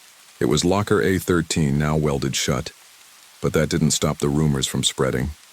Students spoke of strange noises, of a foul odor that lingered around the locker, a sickly smell of rotting apples. They said her pink scarf, the one she had been wearing when she died, would appear on the library radiator, still damp with river water. It was as if America hadn't truly left, as though something of her remained trapped in the walls of that old school. One of the stories that always stuck with me was about the library. It was said that the pages of America's favorite book, Little Women, would turn up with red fingerprints smudged across them. Some even claimed the book itself had a mind of its own, that it would always open to page 137, where Joe March, one of the book's central characters, faced a heartbreaking loss. It was unsettling to think that something as innocent as a book could be part of such a tragedy. As I stood in front of Holloway for the first time, a place that felt so old and weathered, I couldn't help but wonder about the ghost stories I'd heard. I wasn't sure if I believed in them, but there was a certain heaviness to the air that made me think twice. Something about the place didn't sit right with me. Maybe it was the history that clung to it, the way people whispered about the past but never dared to speak too loudly. I had come to Blackwater with my family in search of a fresh start. My father had taken a job at the mill, hoping the town's quiet charm would offer us a new beginning. We moved into a house not far from the school, but the pull of Holloway was always there. There was something magnetic about the old building, something that kept me coming back. One afternoon, as I walked home from the bus stop, I couldn't help but glance over at the school. The windows, dark and vacant, stared back at me like empty eyes. I was supposed to be doing my homework, but something about Holloway's silhouette in the fading light of day called to me. I found myself walking closer. The gates of the school creaked in the wind as I passed, the iron bars covered in ivy.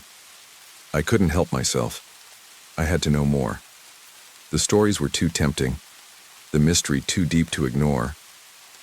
I made my way around the back of the school, where the library windows were slightly cracked.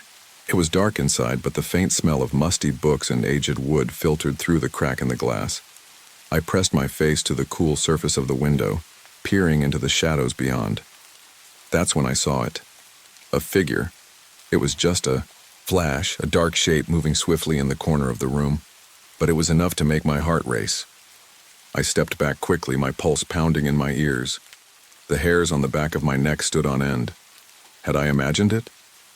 Or had someone, or something, just moved inside? I took a step back, looking around to make sure no one had seen me. But, as I turned to leave, I heard a sound. A soft rustling like pages turning.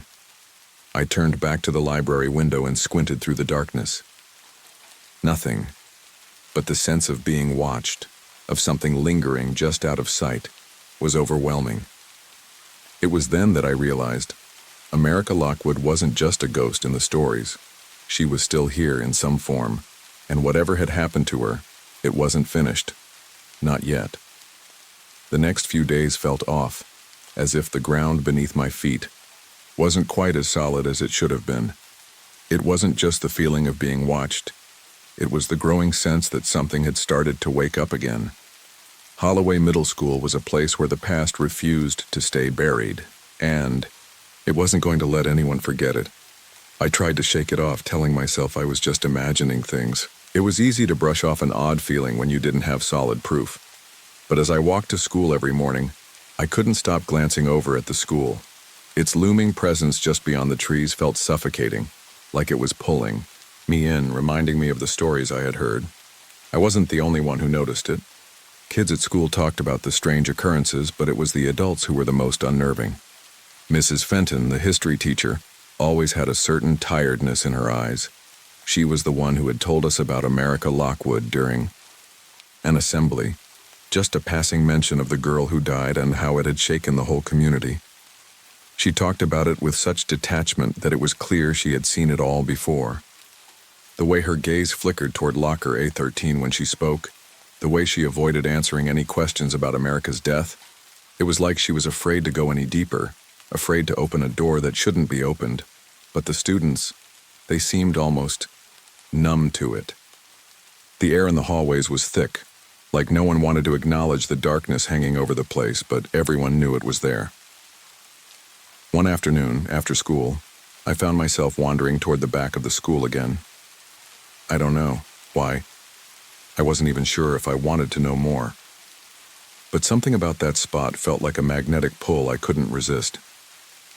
As I stood outside, peering through the broken windows of the library, I saw something strange. A faint flicker of movement from inside. My heart skipped. Was I imagining it again? Was it my mind playing tricks on me? I couldn't just walk away. The back entrance was unlocked. I shouldn't have gone in, especially considering how the school had been abandoned for years. But curiosity had already taken hold. The hallways were eerily quiet, the air musty and stale as if the building hadn't been truly alive in a long time. The floor creaked beneath my sneakers as I tiptoed down the narrow corridor that led to the library. It felt like I was breaking some kind of unspoken rule, but the lure of the unknown was too strong to resist. I reached the library door and my hand hesitated before I twisted the knob. It gave with a groan, revealing a room that felt frozen in time. The shelves were still filled with old dusty books, and the faint scent of old paper clung to the air. I stepped in, my footsteps muffled against the worn carpet. For a moment, I just stood there absorbing the silence. Then I heard it, a soft rustling like pages being flipped. I froze, my breath catching in my throat. The sound was faint but unmistakable. I crept forward, following the sound as it grew louder. It was coming from the far corner of the library near the study carrels where students used to sit. There in the dim light, I saw something that made my stomach lurch. A book open on the desk. It was Little Women, the same book everyone said America had loved. I couldn't help it. I reached out and picked it up, my fingers brushing the worn cover. The pages were yellowed with age, and when I flipped through them, I saw something that made my skin crawl. Page 137 was open, just like the stories said it would be. I stared at it for a moment too long, feeling a chill creeping up my spine. But then I heard it again, the rustling, It was louder now, closer, and then a soft voice, a whisper barely audible, floated through the room. "You're not supposed to be here." I froze. It was a voice that wasn't mine, not anyone I recognized. It wasn't even a voice from the present. It was hers, America. I couldn't breathe. The book slipped from my fingers, hitting the floor with a heavy thud. My heart was pounding so loudly I thought it would burst from my chest. I wanted to run, but my feet wouldn't move. I stood there in the cold, dark library staring at the space where the voice had come from, and that's when I saw her. It wasn't a full apparition, but it was enough. A pale figure, just a shadow of a girl, standing in the doorway leading to the back hallway. Her form was hazy, like smoke, but there was no mistaking it. The pink scarf she always wore was draped over her shoulders. The scarf, the one she'd been strangled with, was still wet, the ends dripping as though it had just been pulled from the river. I couldn't speak. I couldn't move. Her eyes, wide and unblinking, locked onto mine. I felt her gaze pierce through me like she was searching for something she needed from me. Then in an instant, the air around me shifted. The temperature dropped so quickly that I could see my breath fog in front of me. The room grew darker, the shadows stretching unnaturally. I stumbled backward, my foot catching on the leg of a chair, and I fell to the ground. When I looked up, she was gone. The library was as it had been, silent, empty, but I knew it wasn't over. I had seen her, and now there was no turning back. The next few days felt like a blur.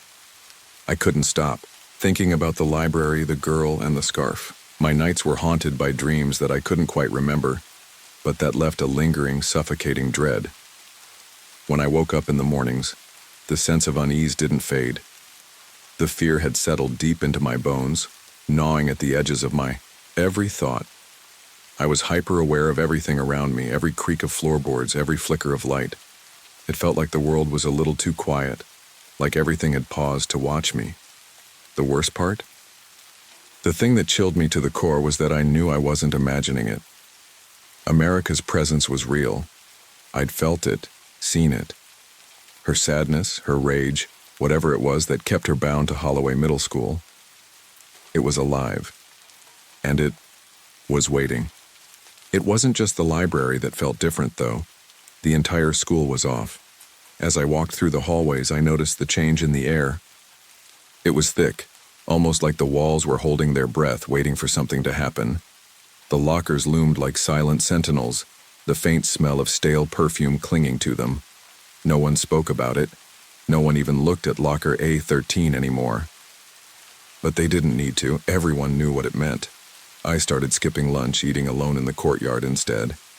I couldn't focus on anything anymore. Every noise felt magnified. Every footstep, every cough, every voice. It was like I was tuning into a frequency that no one else could hear, the hum of something just beyond the edge of my perception. One afternoon, I found myself back at the library again. I didn't plan to go, but my feet took me there anyway. I stood outside for a while, staring at the locked door. The memories of what I'd seen, the ghostly figure, the wet scarf, kept playing in my mind, over and over again. I knew I shouldn't go back inside, but my curiosity, my need to understand, was stronger. I pushed the door open slowly, the rusty hinges creaking in protest. The room was exactly how it had been when I left, as if nothing had changed. The desks were undisturbed, the shelves untouched. The air still smelled of old paper and dust, but now there was something else. A faint scent of apples, rotting apples, filled the room. The hairs on the back of my neck stood on end, but I stepped in, my sneakers echoing on the wood floors. The book, Little Women. It was still there, open to the same page. I couldn't stop myself from walking toward it. I reached down and picked it up, my hands trembling as I flipped through the pages, not sure what I was searching for. When I reached page 137, I froze. There was something new on the page, something that hadn't been there before. Red fingerprints, my pulse spiked. I traced the marks with my fingers, realizing they weren't ink, weren't paint. The red was too dark, too wet. I pulled my hand back in shock, but the marks didn't fade. They seemed to be alive, shifting just beneath the surface. It was like the page itself was pulsing, breathing. Before I could process what I was seeing, I heard it, the sound of something scraping against the floor, slow and deliberate. I turned quickly, my heart slamming in my chest. There, in the far corner of the library, something moved. At first I thought it was just a shadow, but no, this was different. The shadows seemed to stretch and writhe, and from within them, a figure began to emerge. It was her, America. But she wasn't the same as before. Her face was pale, almost translucent, her eyes hollow and wide. Her hair hung limp and dark, a tangled mess. The scarf, her scarf, was wrapped tightly around her neck, the ends dripping with something dark. The air around her grew colder, the smell of rot growing stronger. Her presence filled the room like a suffocating fog, a weight that pressed down on me until I could hardly breathe. "Why are you here? Are you?" Her voice was a whisper, but it felt like it came from all around me, echoing in my head. I didn't know how to answer. I wanted to run, to scream, but my feet wouldn't move. I could only stand there, paralyzed, as she slowly glided toward me. "You shouldn't have come," she said. Her voice grew louder, more insistent. "You're part of it now. You opened it, and now you're part of the story." A chill ran through me. The story? What story? Was she talking about the deaths, the strange occurrences, the curse that had followed this school for so long? I wanted to speak, to beg for answers, but my throat felt tight, as if her presence was choking the words out of me. She reached out, her fingers impossibly long, the tip stained with dark red. I stepped back, but she followed, her eyes locked onto mine. Her mouth moved, but no sound came out. Instead, there was a feeling, a pressing feeling. It was as if she was pushing into my mind, trying to force her way inside. And then, just as suddenly as she appeared, she was gone. The air cleared, the smell of rot dissipating. The library was still, silent once more. I blinked, trying to clear the fog in my mind, but I knew I wasn't alone anymore. I stumbled back, my legs shaking. I didn't know what had just happened, what it all meant, but I couldn't deny it. America had claimed me. I was a part of the curse now. I couldn't stay in the school any longer. I didn't care about the rumors, the warnings. This was something real, something beyond the stories. And I was tangled up in it. But as I made my way to the door, I noticed something new. On the wall, near the exit, was a piece of paper. It was torn and yellowed, barely visible in the dim light. I hesitated, but something compelled me to walk over. I reached for it, and when I unrolled it, I saw that it was a page from Little Women. The same page, 137. But this time, there was writing in the margins, writing that wasn't there before. "You're not leaving, not yet." The word sent a shiver down my spine. I felt her presence again, watching from the shadows. She wasn't done with me. Not yet. I couldn't sleep for days after what happened in the library. Every time I closed my eyes, I saw her, America. Her hollow eyes, that cold, dead stare that followed me even in the dark. Every creak of the house, every flicker of light sent my heart racing. I had never felt so watched, so trapped in my own skin. The days blurred together, but I couldn't shake the feeling that something terrible was drawing near, that the clock was ticking, and I had no idea how much time I had left before whatever it was that America wanted from me came to collect. It wasn't just the library that haunted me. It was the whole school. Every hallway felt narrower now, like the walls were slowly closing in. The air was heavy, thick with something I couldn't name. Even the other students seemed to know something I didn't. Whispers followed me from locker to locker, eyes flickering nervously whenever they saw me. The feeling of isolation settled in like an old friend. I began to feel as if the world outside of Holloway Middle was slipping away, like I was becoming a part of something much darker, a part of the story that America had written. I started avoiding the places I used to feel safe. My room, the playground, even the cafeteria. It was like I was suffocating in my own life. I wanted to tell someone, but who would believe me? Who would believe that a dead girl's ghost was haunting me? That she was marking me, pulling me into the web of death she had woven so carefully? My friends? No. My parents? They didn't understand. I felt like the only person left who could even see the truth of what was happening. And that terrified me. It wasn't until one afternoon that things began to unravel even more, spiraling into something I wasn't ready to face. I had walked through the school gates after class, my mind heavy with the weight of the recent events. As I walked to the bus stop, I saw the familiar figure of Miss Henderson, the school's counselor. She was standing by the gates, her arms crossed, her eyes scanning the horizon as though she was waiting for something or someone. She called out to me as I approached, her voice too calm, too controlled. "Hey, Lucas, can I talk to you for a moment?"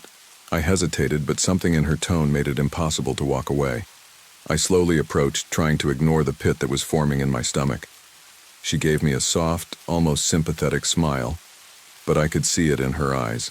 There was something else there, something that made me feel even more uncomfortable. "You've been quiet lately," she said, "more than usual." I nodded, feeling my throat constrict. I couldn't lie to her.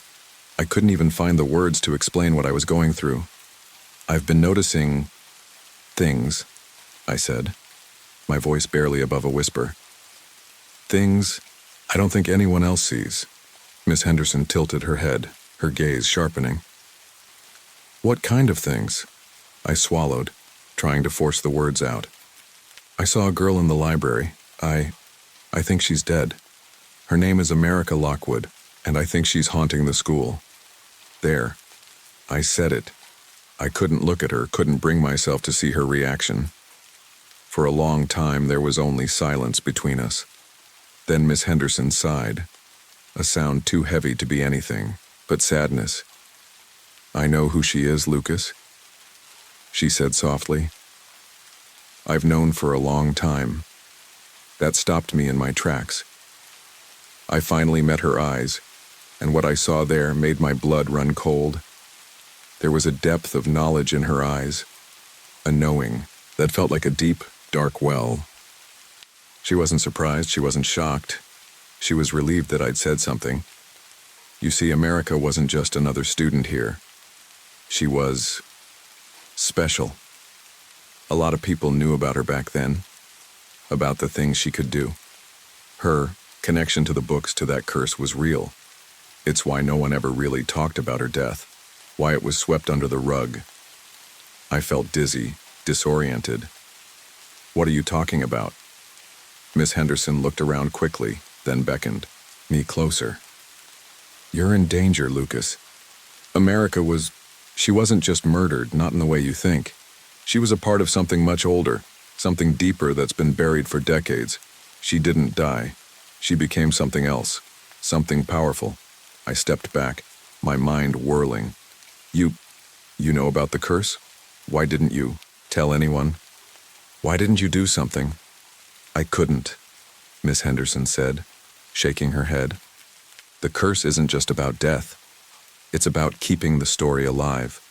The reason America is still here, the reason her ghost lingers in the school, is because she's not a ghost. She's something more. And anyone who touches her, who gets too close, becomes part of her story, her next victim, her next player." I stumbled back, the weight of her words sinking into my chest like a rock. I couldn't breathe. "She's going to kill me, isn't she?" I asked, barely able to speak. Miss Henderson nodded, her eyes full of a sorrow I had never seen before. "It's not that simple, Lucas. You're already part of it. You opened the door. America, she'll come for you, and when she does, she'll make you play, the same way she did with all the others." I felt a wave of nausea roll through me. I can't be a part of this. I just want to leave. I want out." Miss Henderson's face softened, but it didn't offer much comfort. "There's no leaving, Lucas, not once you've seen the story. Once you've played the game, there's no going back. You're marked, just like everyone else who came before you." I turned and ran, my feet pounding against the pavement as if I could outrun the truth. But as I did, I felt it again, the cold, creeping sensation that she was watching me. I had never felt so powerless in my life. That night I sat in my room staring at the walls, my heart racing. I knew I couldn't escape. America was here to stay, and so was I. The days after my conversation with Miss Henderson were a blur of unease and mounting dread. I couldn't escape the feeling that America was getting closer. Her presence was everywhere, like a heavy fog settling over the school and seeping into my home. I couldn't focus at school, my mind always drifting to the library, to locker A13, to that familiar scent of gardenia that seemed to follow me everywhere. The whispers continued too, not from people around me, but from the walls, the floors, the very air I breathed. At night I would lie awake in bed hearing them, a soft rustling sound like pages turning, and then the faintest whisper of a voice. Come back. It would echo in my mind, a siren call that made it impossible to escape. Come back and play. I tried to push it away, tried to focus on normal things, homework, meals with my family, whatever would distract me for even a moment. But nothing worked. I couldn't outrun it. I couldn't outrun her. It was the night of the winter dance when everything finally fell apart. I wasn't planning on going. I had no desire to attend, not with the way things had been spiraling. But something, a strange compulsion, pulled me to the gym that night. I couldn't say why I felt the need to go, but I knew deep down it wasn't a choice I was making. The dance was in full swing when I walked in, the sounds of music and laughter filling the air. Everything looked so normal, so alive. But I couldn't shake the feeling that the walls were watching me, that somewhere, in the crowd, a pair of eyes was fixed on me. I felt it. I could almost hear her, America, laughing softly behind me. You came back. I didn't see her at first. I didn't see anything at all except the pulsing lights and the dizzying blur of faces. But when I walked toward the punch bowl, I saw her reflection in the glass, America Lockwood. Her face was obscured by her hair, but there was no mistaking her. Her pale skin, her sunken eyes, that pink scarf. I froze. I should have turned and run, but something rooted me to the spot, as if I were being dragged into a story I had no control over. You're it. The words hit me like a punch in the gut, and I spun around, but there was no one there. The gym felt suddenly smaller, the walls closing in, and I could feel her presence more intensely than ever. My heart pounded in my chest as I realized I was no longer alone. America was here, and she wasn't just a ghost. She was a part of something much darker, something that would never let me go. I stumbled back, my breath coming in sharp gasps. The lights flickered, and for a moment the whole room seemed to tilt, the floor rising up beneath me as though the building was about to swallow me whole. And in that moment I realized what Miss Henderson had meant. I had played the game, and there was no escaping it now. Suddenly, everything went silent. The music stopped, the laughter ceased, and in that suffocating silence I heard it, her voice. Soft like the rustling of pages. You left me, Lucas. You didn't play the game. But now it's your turn to hide. My knees buckled, and I collapsed onto the floor. The darkness seemed to rise up around me, and I could hear the sound of footsteps behind me, slow and deliberate. My heart was pounding in my chest. I couldn't breathe. I couldn't move. 1, 2, 3. The voice echoed in my mind, and then, just as quickly, it stopped. I knew what was coming. I knew that the game had started, and I was the one who had to hide. I had no choice but to play. I bolted for the nearest door, but it slammed shut before I could reach it. The windows locked. The gym was suddenly suffocating, an impossible maze of walls and shadows. I could feel her closing in, feel her breath on my neck. 4, 5, 6. The voice was closer now. I turned, but there was no one there, just the empty gym. No one else could see what I was seeing. No one else could hear the whispers. I ran, pushing past students who looked at me with confused expressions, not knowing what was happening, not knowing that America was here, that she was a part of the walls, of the air, of the very story of this place. But I knew. I knew I couldn't outrun her, no matter how fast I ran, no matter how far. I ran to the library. The doors were locked, but I managed to force them open. As I stepped inside, the scent of gardenia perfume filled the air. My pulse quickened, and my stomach turned. I felt her in here, in the space between the shelves, in the pages of the books that lined the walls. And then I saw it, the open copy of Little Women, lying on the desk in the center of the room. Page 137. I froze. 7, 8, 9. I couldn't stop myself. I couldn't resist. I walked to the desk, trembling, and reached for the book. The pages seemed to turn on their own, as though drawn by invisible hands. I could hear the whispers growing louder, the laughter more frantic. I reached page 137. The words were smeared with red ink, almost as if someone had written them in blood. I could hear America now, standing behind me. I could feel her presence like a shadow cast over my very soul. "Say it," she whispered, her voice an eerie melody in my ear. "Say it out loud. Say the words." Without thinking, I did. I whispered the words that were written on the page. "To the one who sees me." Before I could finish, the world around me shattered. The room blurred, the walls cracked, and the floor beneath my feet crumbled. I was falling into darkness, and I felt the cold grip of something, someone, take hold of me. When I opened my eyes, I was no longer in Holloway Middle School. I was standing in the center of a dark, endless room, the walls lined with books. The air smelled like apples, and I could hear the faint rustling of pages turning. And then I saw her, America. She was standing in front of me, smiling. "It's your turn now, Lucas," and just like that, I was part of the story. Her story. The game had begun.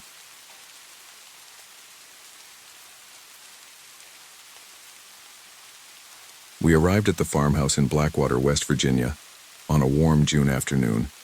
The drive from Charleston had been long, winding through the Appalachian hills, but the promise of a peaceful summer retreat kept our spirits high. The farmhouse stood at the end of a gravel road, surrounded by dense woods that seemed to whisper secrets of the past.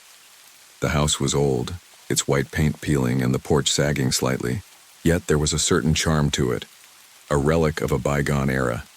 Daniel, my husband, was particularly taken with it. "It's perfect," he said, unloading our bags.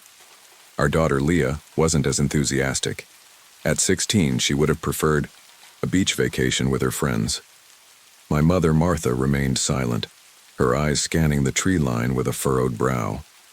Inside, the house was furnished modestly. The wooden floors creaked with every step, and the air was thick with the scent of aged timber and something else, something musty like damp earth. We settled in, each of us choosing a room. Leah took the upstairs bedroom with the large window overlooking the backyard. Martha chose the room closest to the kitchen, citing convenience. Daniel and I took the master bedroom at the end of the hall. That evening, as we sat down for dinner, Martha finally spoke. "This place has a history," she said, her voice low. "I can feel it." Daniel chuckled, dismissing her concerns. "It's just an old house, Mom." But I couldn't shake the feeling that she was right. Later that night, as I lay in bed, I heard it, a faint whispering, like voices carried on the wind. I sat up, straining to listen, but the sound was gone. I told myself it was just the house, settling, but deep down, I wasn't convinced. The next morning, Leah was quiet. Over breakfast, she mentioned seeing someone in the woods, a tall, thin figure watching the house. Daniel brushed it off as her imagination, but Martha's expression grew more serious. "We need to be careful," she warned. "There's something not right here." As the days passed, the atmosphere in the house grew heavier. The whispering continued at night, and cold spots appeared in various rooms. Evelyn reported feeling a touch on her neck while she slept, but no one was there. Leah became more withdrawn, often staring out the window at the woods. Martha spent her time knitting by the window, always watching. One stormy night, everything came to a head. Martha screamed, and we rushed to her side.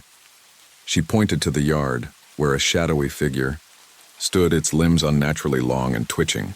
Daniel grabbed a flashlight and ran outside, but the figure was gone. In its place were deep claw marks gouged into the earth. We packed our bags that night, leaving the farmhouse behind. As we drove away, Leah looked back and gasped.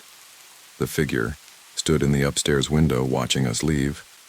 Then the lights in the farmhouse flickered on by themselves. We thought we had escaped, but the horror wasn't over. Weeks later, Leah began sleepwalking, whispering in a voice not her own. The entity had followed us home. When we got back to Charleston, we tried to pretend none of it had happened, that the farmhouse was just some weird, moldy nightmare tucked into the hills of Blackwater. Daniel busied himself with work again, like always. Leah said she was fine and locked herself in her room with her music. And Martha? Well, she just sat in her rocker by the back window and stared like she was waiting for something. But I wasn't sleeping. I couldn't. Every time I closed my eyes, I'd see that thing from the woods, that void where its face should have been. The way it twitched, like its bones didn't belong to anything human. And always, just before waking, I'd hear the whisper again, wet and thick like it came from behind rotting cloth. Still with you? 3 days after we got back, I caught Leah standing in the hallway at 3:17 a.m., just staring at our front door. "Leah," I whispered, creeping toward her. She didn't even blink, just muttered something low. I leaned in. "It waits by the tree line." Her voice wasn't hers, it was too flat, too old. "It wore your brother's name before." I grabbed her shoulders. "Leah, what did you say?" She blinked, like waking from a dream. "What?" she croaked. "Why are we in the hallway?" I called our doctor the next day. He said stress, recommended sleep aids. But Leah kept doing it, wandering, talking in her sleep. One night I found her in the backyard, barefoot, standing in the grass, head tilted just slightly, like she was listening to something I couldn't hear. Her arms were out, almost like she was waiting to be taken. Daniel finally agreed we needed help, real help. So I called an old friend of my mother's, Ruth Ann Clay, a folklorist, used to teach at WVU before retiring to some cabin with salt circles and a dog named Bishop. She arrived the next day in a rusty Jeep with 3 suitcases and eyes that looked like she hadn't slept in years. She walked through the house with a handful of something gray, ash or dirt maybe, and she muttered under her breath the whole time. When she passed the hallway mirror, she stopped, stiffened. "Something's still looking through this," she murmured. When she finished, she sat us all down. "What you brought back," she said, "is not a ghost. It's older. A watcher. A mimic. They feed on promises and fear. And if it touched your daughter even once, it knows her now." Martha didn't blink. "We didn't invite anything. We just stayed a week. You stayed in its mouth," Ruth Ann said softly. "And now it knows the taste of you." That night, she hung little bundles of herbs on the doorknobs, salt lines on the windowsills, ash water across the thresholds. She told us not to speak to Leah if her voice didn't sound quite right. "You'll know," she said. "If it tries on her skin again, you'll know." It didn't wait long. 3 nights later, I woke to whispering, low, deliberate. It sounded like Leah's voice, but she was whispering to someone else. I followed the sound down the hall and froze outside her room. Inside, Leah sat on the edge of her bed facing the mirror, smiling, whispering. Then I heard the second voice, raspy, like wind through dry leaves, and it was coming from the mirror. I reached for the door handle, it locked on its own. And on the other side, Leah's voice changed. "It's my turn to watch now."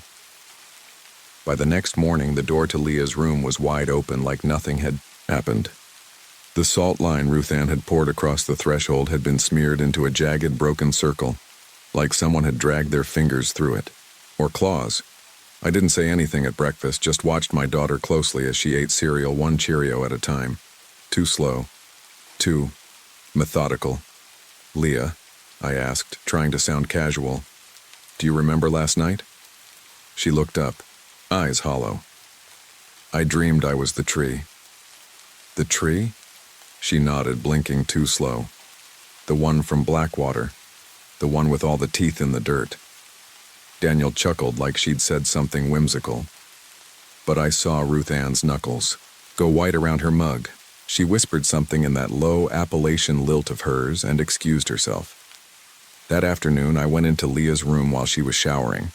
I didn't expect to find much, maybe a drawing or a journal. Instead, I found the mirror. It wasn't the one we'd brought from the farmhouse. We'd left everything behind, hadn't we? But there it was. Oval, brass-rimmed, a crack running from the top left, like lightning frozen in time. There was something etched along the base now, just barely visible in the light. I see you when you don't. I picked it up, and for the briefest moment, the reflection didn't move when I did. That night, I begged Ruth Ann for answers. She told me about something called an echoing. When something watches long enough, she said, it learns to wear your skin. It starts with the voice, then the habits. Eventually, the people closest to you stop noticing the little things, because what's scarier than realizing the person you love isn't them anymore? I swallowed hard. You're saying, Leah, no. I'm saying the thing wants to be her. It's getting better at pretending. Around 2:30 a.m., the smoke alarms went off. I raced downstairs, heart hammering. The oven was on. Inside was Leah's school yearbook, charred, pages curling, melted plastic spine. The photo on the open page, Leah's, but the face had been blacked out with ink, and below it, written in something darker than marker, I wear her better. That night we slept in the living room together. Martha refused to speak. Daniel tried to pretend like none of this was real, still clinging to reason like a lifeline. But I could see the cracks forming. Then came the knock. 3 soft taps at the back door. Leah looked up from where she was curled under the blanket, her eyes glassy. She didn't even blink. They're early, she whispered. Daniel got up, furious. I've had enough of this. He opened the back door and stepped out into the night, flashlight in hand. Ruth Ann screamed, "Don't step off the salt!" But he did. And the moment his boot touched the grass, the flashlight flickered once, then again, and then it dropped, clattering to the ground. Daniel was gone. Just like that. Ruth Ann pulled Leah and me into the kitchen. She began scribbling chalk symbols on the floor, muttering feverishly. It's broken the veil, it's inside now. I heard footsteps upstairs, too heavy for any of us. A dragging sound. The floorboards groaned like something long and tired, had just woken up. And then Leah said in a perfect mimic of Daniel's voice, It's okay. I'm back now. I turned to her slowly. She was smiling. Too wide. Her eyes were his. The thing that looked like Leah, no, like Daniel now, stood in the center of the living room, still smiling. It spoke again, softer this time. You don't have to run, everything's okay now. But its voice had that offbeat delay like a dubbed movie, just half a second behind the movement of its lips. I clutched Leah tighter, my Leah. Her skin was clammy, her body slack against mine. She was breathing, but shallow, eyes wide, unfocused. The real Leah was still in there. I hoped. Ruth Ann didn't waste a second. She tossed crushed eggshells across the doorway and pulled a tiny linen pouch from her coat pocket. Don't say anything else to it, she warned. It listens through sound. We backed into the kitchen. I reached for the back door. Gone. I mean, that literally. The door was no longer there, just drywall, smooth, seamless, as if it had never existed. I felt the walls close in. This house ain't yours anymore, Ruth Ann muttered. It's becoming its skin now, making itself a body. The house moaned. That's the only way to describe it. A deep, pulsing sound like something exhaling through rotten lungs. The light fixtures above us flickered. Then one by one they exploded, showering us in bits of glass. When the last bulb popped, we were in darkness. Ruth Ann pulled a candle from her pocket, blessed that woman, and struck a match. Its glow was faint, flickering in rhythm with something unseen breathing around us. We moved quickly, Ruth Ann muttering in what I now knew was Appalachian witch-speak, mountain tongue, old and older than English. Protection charms, she said, old warding songs. The words made my skin crawl. Leah twitched in my arms and then she spoke.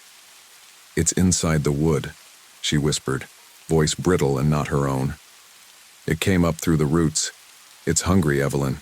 So hungry, and you're already hollow." Her eyes rolled back. I screamed. Ruth Ann knelt beside her and pressed the charm bag to her chest. "This ain't her talking, it's the feeder, it's learning." Something scratched at the floor overhead. Slow, scraping. It circled, then a dull thud, another, closer. Then it started laughing, not loud, not human, just a wet, breathy chuckle that came from the walls themselves, from the foundation, from under the floor. I don't know what came over me. Maybe adrenaline, maybe denial. But I grabbed the candle from Ruth Ann and started toward the stairs. "I'm going up there." It took, "Daniel, I need to see," she shouted after me, but I was already halfway up. Each stair groaned, not under me but beneath me, as if something else was climbing with me just underneath the wood. At the top, I turned the corner toward our bedroom and froze. The door was wide open. Inside, Daniel sat on the edge of the bed, his back to me, shoulders slumped, shirt soaked through with sweat. "Daniel?" He didn't move. I stepped closer. He turned. His face was wrong, like someone had tried to remember what Daniel looked like from a dream. Eyes too large, teeth too white, skin stretched too tight. I waited. It said in his voice, "That beat, still off." "But you left me in the dark, Evelyn." I screamed and ran back down through the kitchen, into the pantry. Anywhere. The pantry wall cracked. A vertical seam split open, revealing blackness behind it. No studs, no insulation, just void. And in the middle of it, eyes. Dozens of them, watching me, blinking in unison. Then Leah's voice came from inside that void. Soft. "Come in, Mommy. It's warm in here. It wants to show you what it made." I slammed the wall shut, threw up, then cried until Ruth Ann found me. "We don't have much time," she whispered. "The house has started digesting." We didn't sleep that night. Not that we could have, even if we tried. Leah had stopped speaking altogether. Her lips kept moving, whispering things we couldn't hear unless we were close. But when I did get close, it felt like something inside me was leaning forward to listen. Ruth Ann had taken chalk from her coat and drawn symbols across the baseboards, the door frames, even the refrigerator door. She'd been murmuring to herself for hours, going in and out of trance-like states. Every so often she'd look at Leah and mutter, "Still has time. Still got her feet in this world." It was nearing dawn when the air shifted. The smell came first, wet earth, copper, mold, and something sweet underneath. Gardenias, maybe, or something pretending to be gardenias. Then the house sighed again. This time it spoke, not in words, not exactly, but I felt what it was saying. In my gut, in the marrow of my teeth. One must stay. One must carry. One must leave. Ruth Ann stood, still holding her charm pouch, and looked straight at me. "It's making a bargain." I shook my head. "We're not playing its game, we're leaving, all of us." She stared at me, sad, tired. "No, sugar, you ain't. Not all of you." She led me and Leah to the root cellar, the one door we hadn't opened since we arrived. It had always been jammed shut, until now. It swung open on its own, revealing stairs that sloped deeper than should have been possible. No modern lights, just lanterns, already lit. We descended slowly. The deeper we went, the colder it got. The walls changed, stone to dirt, then to something darker, wetter, breathing. At the bottom was a chamber that looked older than the farmhouse itself. Carvings lined the walls, symbols like the ones Ruth Ann drew, but wrong, tilted, violent. And in the center, a well, dry, cracked, but pulsing like a throat. She came from here, Ruth Ann whispered. The first one, the girl who turned into this thing. I knelt beside Leah. Her skin looked like wax now, her veins like ink stains. She blinked up at me and mouthed the word, cold. She's not going to make it unless we finish this, Ruth Ann said. The house feeds, but it can be tricked. It wants flesh, not blood. It wants what made this family real. So give it something it thinks is real. I understood. I took off my wedding ring and set it at the edge of the well. I reached into my purse and pulled out the Polaroid, me, Daniel, and Leah at the beach last summer. We were laughing. That version of us. The one this house never met. I dropped it into the pit. For a moment, silence. Then the earth trembled. The floor cracked open with a sickening pop and a shadow rose, twisting, human-like but wrong. It hovered over Leah, reaching with two long fingers. But when it touched her, it hissed, pulled back, confused. It looked at me, then at the ring, then at the picture, and it screamed. The scream came from every wall, every pipe, every floorboard. The house shook. Dust fell like snow. Something, deep underground, gave way with a sound like bones snapping under pressure. Then, quiet. We carried Leah upstairs. The air was lighter. The rooms were still. When we stepped outside, the sky was finally clear. We left everything behind. The bags, the car, the photographs, all of it. That was 3 months ago. Leah's better now. Her skin's color is back. She smiles sometimes, laughs even, but she never goes near basements. And she sleepwalks, still whispers at night. Sometimes I wake to find her standing by the window, watching the tree line, listening. Last night she turned to me and asked, "Mom, did you hear that?" I didn't. I told her it was just the wind. But this morning, there were footprints in the hallway, muddy, too large for her feet, and I swear to God, there was a gardenia on the kitchen table, still damp with morning dew. The house let us go, but something else, it followed.